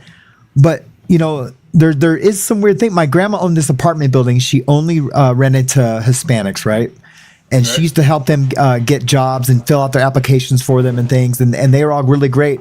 But like 3 times though, I would go into the laundry room of her apartment building to like change out a dryer or something, and I have caught Pisces having S with each other, like two males. Yeah. Yeah, you're not because they all shocking me, sit out in brother. the parking lot. I was in prison with them. No, I know. But they would all sit out in the parking lot and drink beer every weekend and play mariachi music way too loud. And I thought it was the busy. coolest thing. But man, yeah, there's some deviancy there. Is that even a word? I don't know. Every episode they get of weird Morning as hell Mayhem, in I make prison. up words. Yeah, they do. They get weird as hell in prison. I'm keeping it real, man. I'm sorry. You know, and there's exceptions to every rule, but I'll tell you what, they whistle at men and catcall men, and they get weird as hell in there, man. And they hang with each other. Nobody kicks it with them there. God help us, dude. I've seen stuff I couldn't talk about on Morning Mayhem with those weirdos. Man, and Morning Mayhem's the Mayhem Show. That's what I'm saying, bro. Yeah. Let's just say that they tend to be wildly sexually active convicts. It's just kind of known, right? Like I'm not joking. I remember being in a unit where they said they didn't want multiple Pisces going to the shower at the same time. They had side by side showers, and the cop was like, "You're going back there one at a time." Had too many incidents. What? Yeah, I'm sorry. Do you remember I know this. Man, this is really getting discussed. Never mind. Yeah, thank you. Where are we going? So what do we got in the news? Let's see. Pull something up. I know we got. Yeah, I'm gonna pull up. So I'm gonna pull up some. Everyone's like going, "Oh yeah, Kanye's losing it. Kanye's canceled himself. He has canceled himself, basically. I guess old girl's leaving him now. You probably know a little bit more about that than I do, but I just want to show some old footage about black people of Kanye losing his mind before. Do you know what I mean? And, yeah. Early Kanye nut. Yeah, early Kanye. This is before cancel culture, and he did all this, and people were like, raising an angry fist, forming angry mobs. But he came out and said he was sorry, and then he was Kanye again. So, but I just want to share because some of this is crazy, man. So, I mean, is this mental health? Let's take a look. George Bush doesn't care about black people. Look at Mike Myers' face. You hear about slavery for 400 years? For 400 years? That sounds like a choice. Just because you don't like one group doesn't mean the other. But look, I love Jewish people, but I also love. Oh, good. He said the H word that we all know. Yeah. Yeah, he thought it was funny. Alex Jones. Yeah, look at these guys. Let's see what else. This is playing through. So Ye makes offensive comments against Jewish community. We've all read these. This is old news now. Where's my fiance? I hope my fiance is in the audience because you want to hear the funniest part of this whole story. Sure. And my back is not in great shape, but I want you to picture me kind of dancing like Jim Carrey did in the movie Liar Liar. Right? Yeah. No prenuptial agreement. They do not have a prenup. Let me say that one more time. Yeah. Kanye, the genius West, married this woman and does not have a prenuptial agreement. He's hit, dude. Baby. But he deserves everything he's got coming, brother. Hopefully she's classy and just says to him, give me the H word would be Adolf's last name. Short little mustache here in the front. Reprehensible person killed millions of people. Oh, I'm sorry. We can probably say Hitler. I think we can. Yeah. It's YouTube's crazy. YouTube's so this is kind of crazy. old news because I had this all in the hopper last week when you were out. But here's the thing: it is and it isn't, right? Mm-hmm. The thing with Ye is so the reason currently that we're not talking about him is because Elon Musk was smart enough to pull the plug on him, right? Yeah. His platform, he had millions of people following him, and that was his outlet. Since his claim is that they're not going to push an album, they're not going to do any kind of promotion. Yeah. Excuse me. Excuse you, brother. So he's not going to do any kind of promotion for him. So that was his only hope, right? His only hope was to use X, and now that's been pulled. Yeah. I think the only reason we're not talking about Kanye is because his lunacy he doesn't have an outlet for currently, right? Which is frightening. And that's why I can't provide an exhaustive list of Kanye West tweets, but as many have been deleted or removed due to their controversial nature. However, I can't summarize the key tweets and themes, and I do have a few of them here, and we'll just take a look. May I just real quickly? Sure. Justine, the difference in this is not a normal situation, though, right? So since I'm never been married, I should know prenup doesn't mean she can take him for everything he's got. What Sure. it does mean when the person that you're married to goes out of his way to basically she can go in and argue that this man has destroyed her ability to do anything else in life. Whatever she was going to say she's going to do for a living. And this is a guy, normally when you walk into a relationship, it's a very different situation. What did you bring into the relationship? What did they bring into the relationship? There's a division of assets. This is a guy that was disgustingly wealthy, and we've all heard horrific stories of people who, after very short marriages, especially if the person is abusive, she could have the ability to take this guy. You know, it's an expression and maybe one I shouldn't have used, but this guy's going to probably have to write a very sizable check to this woman for the amount of time that she spent with Kanye West. I think it's going to be her hourly wage is going to be a little bit better than what we're going to be turning here on the Mayhem Show. And she's just the next German P star, right? I mean, that's my understanding. Yeah, is that she used to do some German bondage stuff. So here's a couple of tweets. You know who hates black people the most? Black people. You know who kills the most black people? Black people. Of course, we covered this last week. Free Puff. Call me Yadoff, Yetler, and your whatever still wants to F, I think. Yeah. They're just disgusting tweets. And I promise you guys, this is the last time we'll talk about him unless he goes to court or something like that. Do you know why this is worth discussing, though? Sure. This is sadly a guy's mental illness on display for the world. Yeah. I mean, it really is. Now, does he have some hate issues? Absolutely. But I think, and I'm an armchair quarterback, but I think that we have watched Kanye West do this, right? Almost to the point where his behavior looks manic. There are times where he goes on, when we see him, he comes out, he's in your face, he's shooting his mouth off, he's doing one publicity stunt after another, and he disappears. And it almost leads you to believe that, after these manic episodes that he has epic crashes where he disappears, man.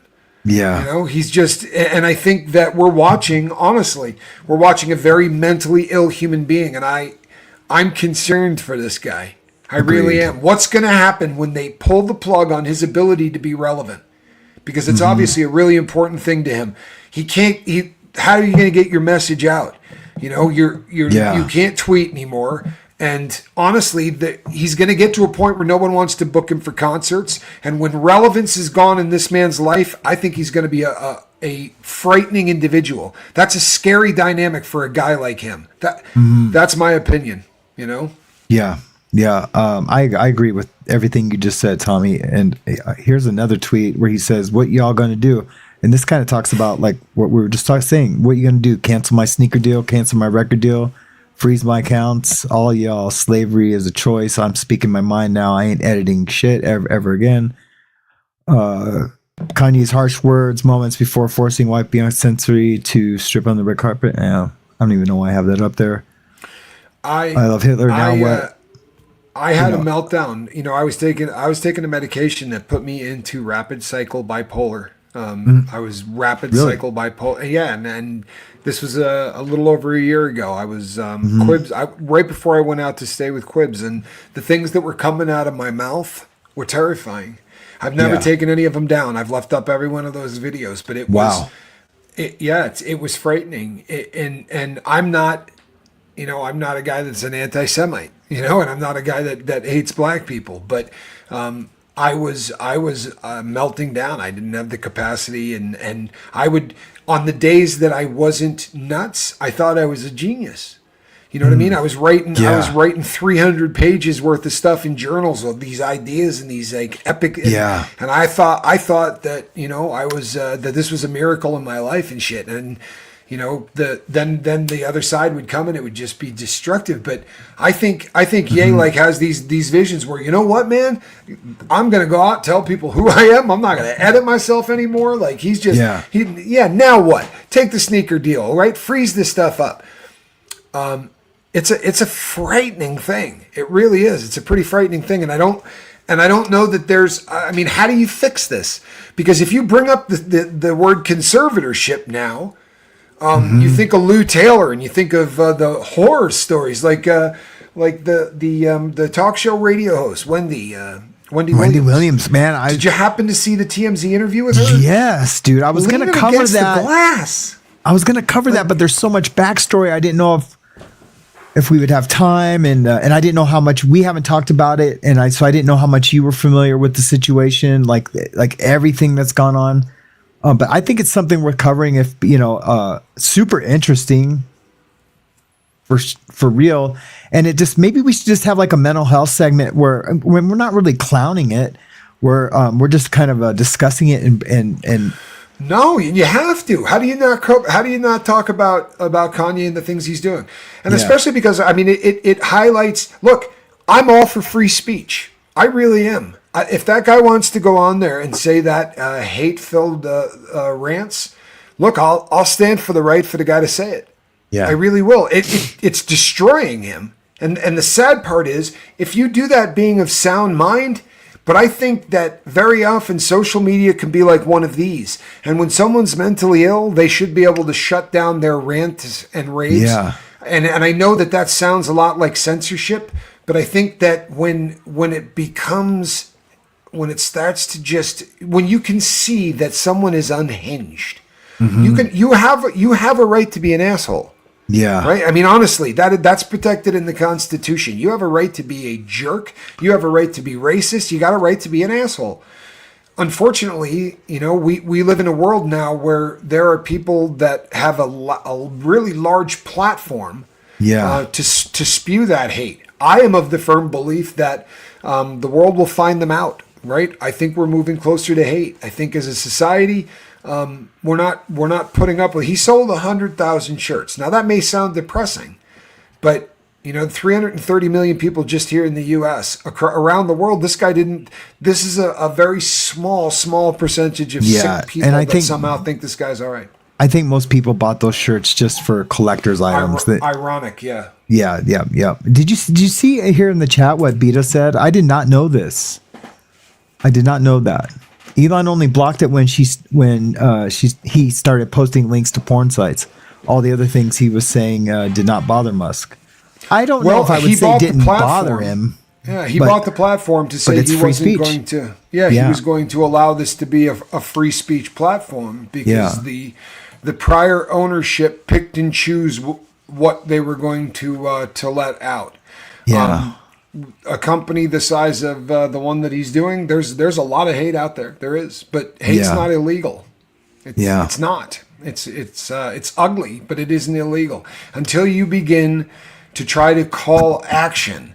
If you go on there and say I'm Yadolf, and you guys need to grab some weapons, and we need to do this. Now you're starting. Once there's some kind of a call, it's actionable. Once there's some kind of call to action to it. And I'm a free speech person. I believe that the ability to talk about idiots like this guy, there are a lot. We are sadly getting farther away from some of the horrors that have been a reality for people in this planet. The atomic bombs going off were such a shock to the planet, but the people that were around for that shock are disappearing. There are a lot of people that don't know the history of the Holocaust. And if this is an opportunity, right, for people to talk about what Yadolf did and why this isn't funny, I'm always going to try to err on the side of more communication versus less communication. Sure. But you have to have the ability to have those conversations. And no, the consequences aren't always free.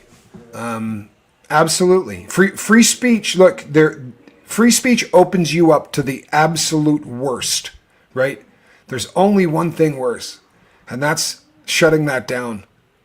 Because the ability to say things as hateful as "I hate Jews" or "I love Hitler," as reprehensible as that is, the second that there's someone that says, "Okay, we're not going to allow you to say that," what else then can't I say? Because like right now, I got to say "smexual" because the platform we're on doesn't like sex. They think that's a bad word. Yeah. There's a lot of other things that we have to censor, and the problem becomes that when a public, they say this is a public forum. This is standing on a soapbox in the middle of town like it used to be. But in the middle of town, there was nobody that would come out and go, "No, don't say that. Don't say that." Because I don't like this guy that's running for president, or I don't like that guy that's running for president. So I'm gonna stop this speech versus that speech. It's we pay dearly for having free speech in this country. We absolutely do. But it's how we hold people responsible. We're really taking a shot at people in power who are using that power to do things to individuals. And for real, we're using free speech platforms to do it. Yeah. And for real, I want to know what people are thinking, you know what I mean? Rather than them be hidden or, them afraid to see, because then I don't want to find out that, Kanye's a racist or anti-Semite, in some other way where it affects me or my family. Do you know what I mean? I'm using Kanye as an example. Yeah. No, you'd rather find out that these people think that instead of hearing something that explodes because these people have been doing this behind the scenes. Right. That's what I was trying to say. Thank you, Professor. Well, and you know what they do beautifully too? I mean, beautifully. So I was in prison with 4 geniuses from a white supremacist gang. Apparently there was like 12 of them, but 4 of them ended up on the yard that we were on. Yeah, you look good. I did my hair. And what happened is it covers up the headphones beautifully though. Yeah, I don't want to hear about your hair problems. To do. I know. I don't want to hear about your freaking hair problems. This hair and my purse. My purse is somewhere. Nobody anymore sets up any kind of a T situation in this country, and I don't mean trafficking, I mean the other one, where things go bang. So often now when those things are set up, 3 of the people that are involved are working for the FBI. There were 12 people that got busted in this ring. 12 guys were going out and placing stuff to blow up structures and bridges and all kinds of things in the city. And 3 of the people that were working with them the entire time were feds. Yeah. Like when the bus came in, they took everybody off except 3 of them. Yeah. And those 3 had been in there deeply embedded because these guys get online and they spew their hate and their propaganda and they recruit.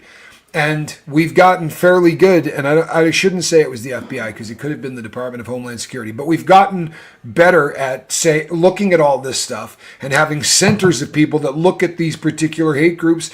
And because they recruit through the internet, they're a lot easier to get into. Brother, can I tell you something real quick? And I've been wanting to share this with you for a really long time, and I just haven't found the right time. And maybe on here isn't the place to do it, but I'm going to do it anyway. When we first reconnected, and we were just talking, and we were talking on, I think, Night Yard, and we were talking about you were talking about your pew case. And we were just telling each other, like, yeah, I went back for, counterfeiting and this and been sober, just kind of like catching up with each other out here in the ether. The very, very next day, a guy comes into the shop. He's super tall, says he doesn't trust anyone. Everything's a conspiracy, but he feels like he can trust me. I've met this guy one other time. He just kind of came across my little path and then proceeds. I mean, this is literally the day after, and then proceeds to ask me if I know where to get any pews. Just ask me. And some other things that go with them that keep them quiet. The very next day.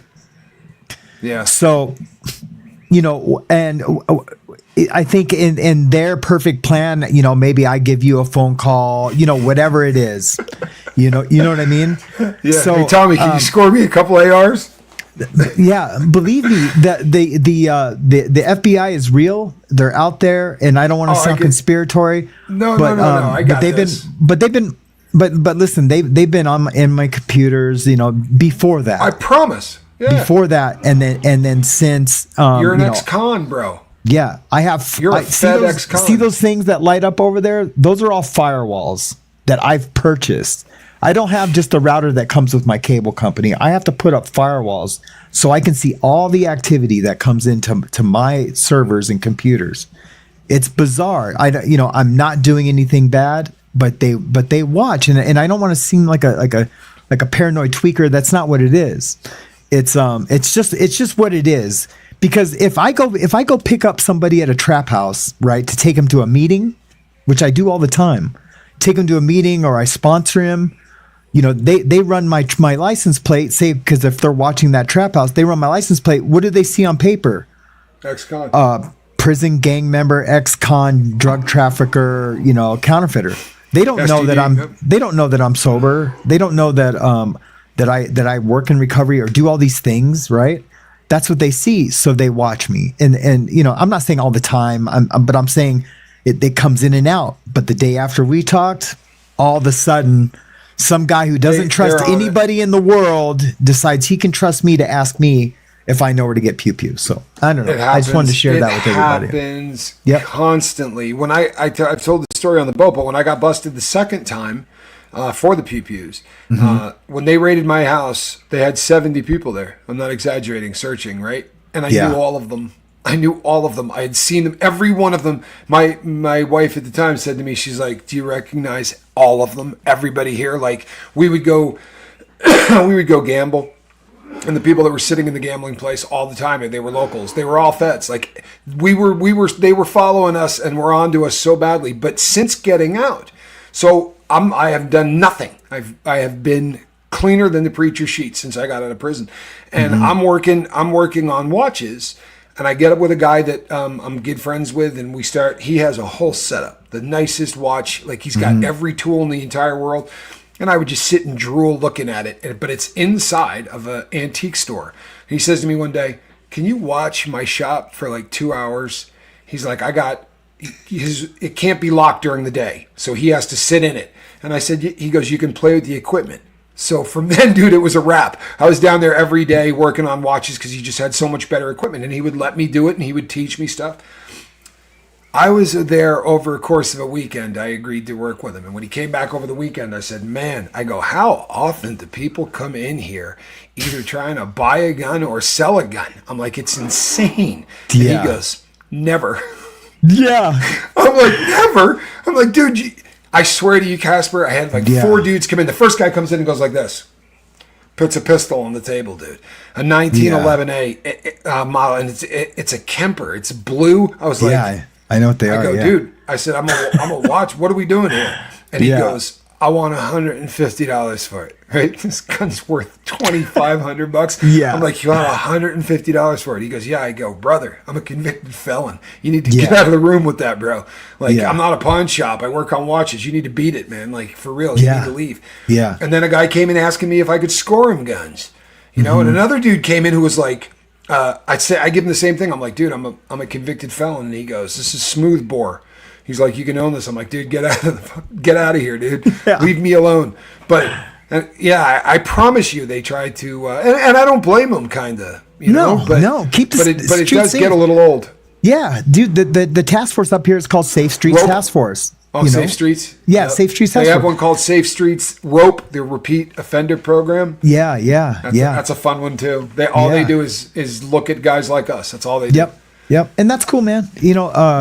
Keeps me in check. It's some extra accountability. It's like being on probation still, but I can go wherever I want, and I got 11 years. Do whatever I want. Right, I got 11 years of in the last 11 years I've been pulled over by a cop twice, and it was so funny because I got pulled over, and I'm on the side of the road, and the person says to me, do you know why I pulled you over? I said, I can't imagine, and she said, the insurance on your car's out, and I went, figured that out as I was driving by, did you?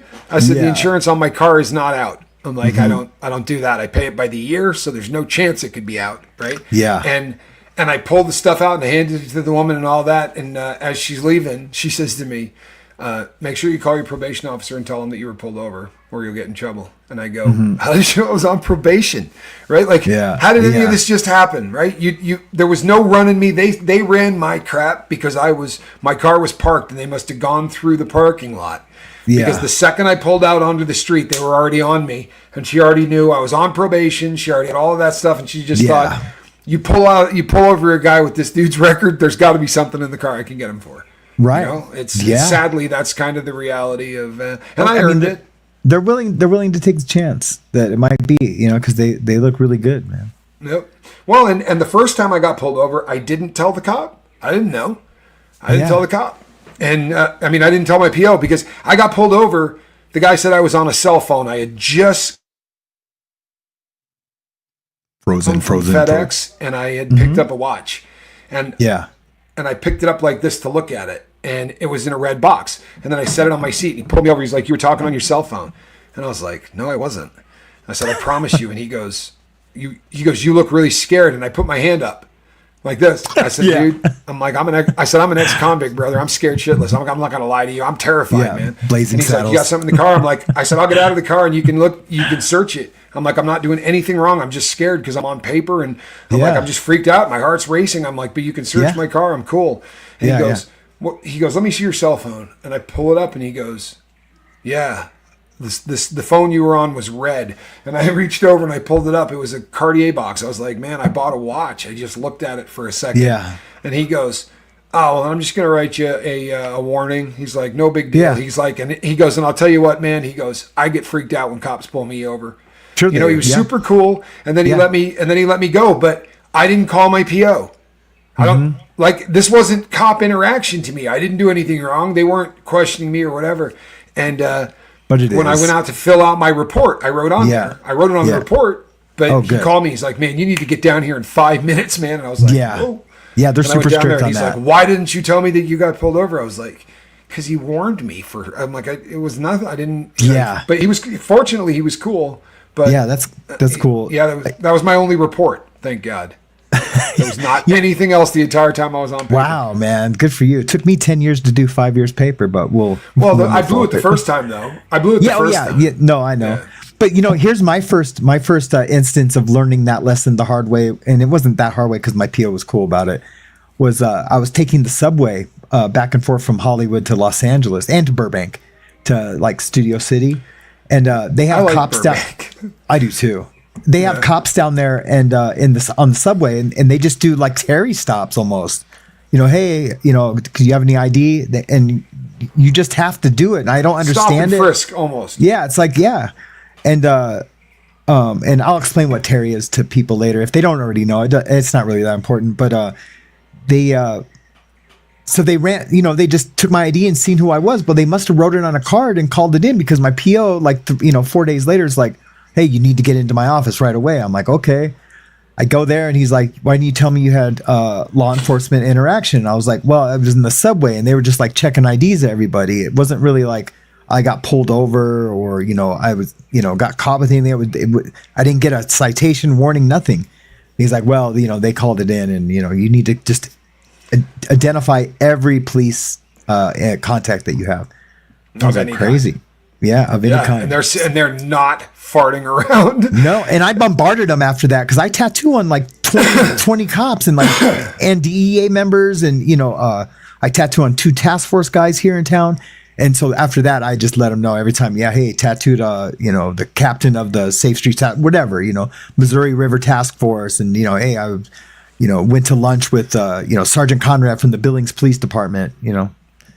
When I was busted, the cop came in from the street enforcement team, and he sat down across from me, and he brought my attorney in, and he laid out the picture of like 20 people that all were delivery drivers for people that sold H. Yeah. And he goes, do you recognize these guys? And I was like, all but about 4 of them. You know what I mean? Like, I know most of these. I don't know all of them, but I definitely know most of them. And he's like, would you be willing to take any of these guys down if it helped your sentence?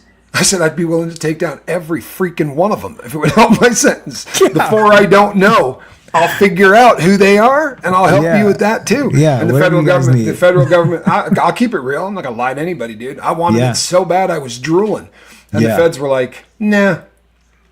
The feds were not. My attorney had to talk to the feds first, and the feds were like, "No, he doesn't have a state charge. He's got a fed charge. You do your stuff. We'll do our stuff." Because I thought to myself, "Oh God, yes. Oh please." Right? I don't care. Well, these guys don't mean a thing to me. I'm sorry. Call me a scumbag. Call me whatever you want. I wanted that. Yeah, it doesn't matter. I would have been so happy, dude. But as it turned out, and it was funny because the first 3 came out, I was like, I know where this is going. Right? I recognize all these people.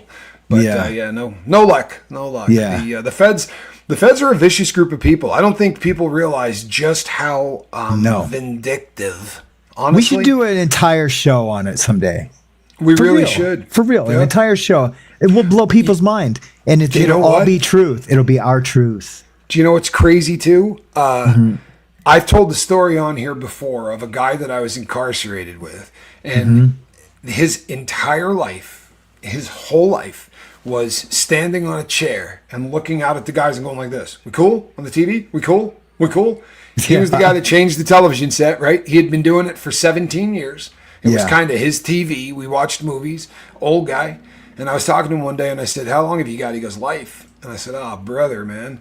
And we start talking about his case. He's in on a 3 strike. And I said, "Can I just take a look at it?" And he's like, "Yeah, absolutely." I was just starting to get into the law library shit. He's got 2 strikes. I swear to God, the guy's doing a 3-strike life sentence. I got the name. I went back through my stuff. I've got the guy's name. I want to pull up his case and have you take a look at it, because I would love to. This is the craziest thing I've ever seen in my life. He has 2 strikes, and this occurred to him. I'm not lying. Like, we pointed this out to him at year 17. Wow. It's like, bro, you shouldn't have even done 17. This just should have been a rip for what you got caught with. And admittedly, he got caught with a pile of drugs. But it wouldn't have been enough. It wouldn't have been enough to keep him in there for 17 years. He'd have been out after doing a dime tops. Yeah, it wouldn't have been that 360. Yeah. And I said to him, when we started looking at it, he got an attorney that was willing to take a look, and they were going to do it pro bono. And he started to get a little bit excited, and I said, "What are you going to do when you get out, dude? If they fix this?" And I swear to you, he's like, "You know that, the book catalogs you get?" I said, "Yeah." He goes, "The back of it's all CD stuff." He's like, "I've been putting down." He's like, "I got the greatest collection of movies picked out." He's like, "I'm going to get them all on DVD." I'm like, "Bro, you spent the last 17 years watching movies on television. You're just so sick of commercials. You're going to get out and spend the next 17 years watching them unedited." That's crazy. Honest to God, it's like just not the answer I was expecting, man. You got to get out and watch films. But and one of his 3 strikes, I'm not kidding you, one of his 3 strikes was 3 1/4 ounces of weed. Little less than a QP of weed. Yeah. Crazy. That's a tough way to go to prison for the rest of your life, man. That's a tough way to go to prison for the rest of your life. Yeah. That's rugged, man. That is absolutely rugged. Man, this has been a really good show, man. I enjoyed today. Vita asked if they have my email address. My email address to get a hold of me should be in the description. Yeah, I think it is in the description box. Inside the mind x@gmail.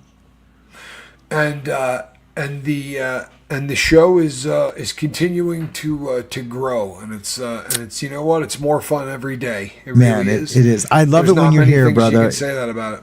Yeah, it's really not the same when you're not here. Well, I am going to be hanging up from you, and then I am immediately going to get myself looked at. So I'm going to. I have been talking it over with my fiance, and I'm heading down now to talk about a couple of different options. Cool. Like a pump or a block. There's a couple of different things that I'm going to be looking at, because I've gotten to a point where I can't. Unfortunately, I can't do it.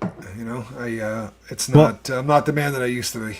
Yeah, dude. I same, and I'm not saying same to like try to like outdo you. You went skydiving. I went skydiving naked. On the 20th, I get injections. You know what I mean? You know those guys, Dude, right? that's worth explaining. Honest to God, this is the funniest thing because you and I talked about this in prison too. You always meet these guys, man, and it's like the one-uppers. You're the one-uppers. You're sitting and playing cards, and you're listening to a guy tell a story, and you know the guy, and you know his story's true, and he's like, I got busted with 16,000 pounds of methamphetamine coming across the southern border. It's like, you know the guy's case. You're like, yeah, dude, this guy's got the gnarliest case I've ever seen. He's never getting out. And the guy next to him was like, that's funny. Yeah, I had that too. With 3 bazookas, we had an armed like. It's just got to go a little bit more, right? Yeah. And you know what else? I had Susan Sarandon with me at the time, and you're just like, what? Yeah. Everything is one up, and you run into those people in prison a lot. A lot. It's a disease, dude. It's a disease. When is your injections? On the 20th, I get the hip injections, and we're going to see how that goes. But I also meet with the neurosurgeon to talk about surgery. So. I mean, ozone treatment. I was supposed to get surgery 4 years ago. Huh? Kim says ozone treatment. That's one that I'm not familiar with, but I'm write it down. All about it. You know, trust me, I got it. Ozone. And I want to look into stem cell, all of it. But all that stuff costs money, man. It all costs. That's what it comes down to, is that almost all of it is off insurance. That's really what it comes down to, is that the stuff that's cutting edge, your insurance companies usually balk at. Yeah. No ladders, I promise. Hey, I'm on Medicaid, so yeah. Yeah. The first year out of prison, I had the best insurance in the world paid for by the federal government. And that's what not the first year out of prison, the first year off paper. And you're entitled to that. You are entitled to that, no matter what, even if you're banking money. Yeah. If you get off paper, your first year's paid for by the government. And I want to tell you something, get it all done, brother. That's the best insurance in the world. That's what I'm trying to do, because I filed my state tax. Yeah. I filed the state tax this year, and I usually don't file state because I don't want it to ruin my Medicaid. Yeah. But I did this year not thinking, and they'll probably take my Medicaid away next November. So I'm going to try to get it all done now, and to see what happens. But yeah, good for you, man. Yeah, man. Thanks for joining me this morning. No. Well, it's your show tomorrow. Too. Yeah. I don't. Yeah, it's just much better when you're here. I'm sorry. And I'd rather be here. No, I know you do. I know you do, brother, more than anything. I know we didn't get to a lot of the chat today, but know that I've been reading them, and I love every single comment and question. Just real quick, we have the ability to section people who are in danger to themselves or others. Does the U.S. have the same? That's a great question. And here's the thing with the U.S. Great question. The U.S. is really, it's like having 50 different countries sometimes in a lot of ways. And this is one of those things where each state has their unique law about how an individual can be taken away from society. And if it borders on the criminal side of it, a lot of times you'll hear the word 5150, where someone is declared 5150, which is criminally dangerous, and where they have to then be they're not being prosecuted, but they're being taken out of society until they can figure out what needs to be done with medication, for 3 days, with treatment, for 72 hours. Now, and then there's 5250. Right. And there's 5250. Correct. Now, and that's a 7-day hold? Correct. So it's 7 with the ability to go to 30. Right. You have to go in at 7 and talk to a judge. Admit that's a mandatory thing. And these are codes that are California, but you will hear them used synonymously around the country because California is a big friggin' deal. Interesting, isn't it? Yeah, it really is. So they'll use the word 5150, even though a lot of states may not have that same code. You hear that used ubiquitously. But either way, every state's going to make that decision, and it gets dicey when someone's rich.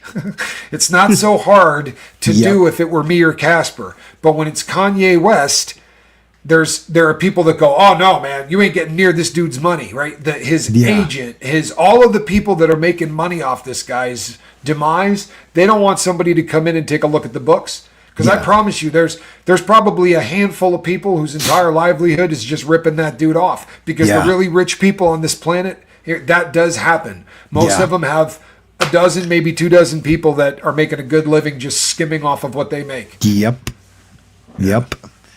Well, tomorrow I will get up a bunch of stuff about Wendy Williams. We'll talk about Wendy Williams That tomorrow. would be How fun about that? to talk about. Is that cool? Yeah, All right. I really would like to Awesome. talk about Wendy Williams. And we'll see what breaks today, because you know what today is, people. It's a holiday. But tomorrow morning, we're going to be hearing a lot of stuff about the Blake Lively Baldoni case, because they're going to amend. Blake Lively's going to amend her complaint tomorrow to be 3 pages shorter than War and Peace.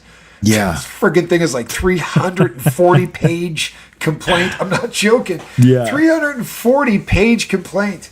Good God, I don't have that many complaints on Earth. Yeah, dude. It's so crazy. And I'll try to print up and get as much stuff as I can. That's a novel, bro. That's a novel. Yeah. Good paperback. I do Alrighty, wanna give people, you guys rock. Okay, yeah, let's go. Never mind. I want to give a shout out to Credence and Mikey. They are a radio show, kind of like we are, but on YouTube. Yeah. They joined us on Night Yard yesterday and sent a super sticker, which is appreciated. But I just want to give them a shout out, not because of the super sticker, but because they are my inspiration to do this, including you. There's you and there's Credence and Mikey. They are my inspiration to do this. So if you want to see who inspires me, go check out Credence and Mikey. I will leave a link in the description. Yeah, if I haven't got already. A wrench, maybe put up a link to their. Yeah, I think Kristen did yesterday. You know how she's super on it, man. Look at that. Before you can even say, Kristen. Oh yeah. Thank you so much, Kristen. God, she's amazing, man. And she said earlier that if she gets pulled over alone, she doesn't get tickets. If she gets pulled over with a guy in the car, she ends up getting one. So what you're saying is you flirt with cops. Is that what you're saying? Yeah, flirter. You're a flirt.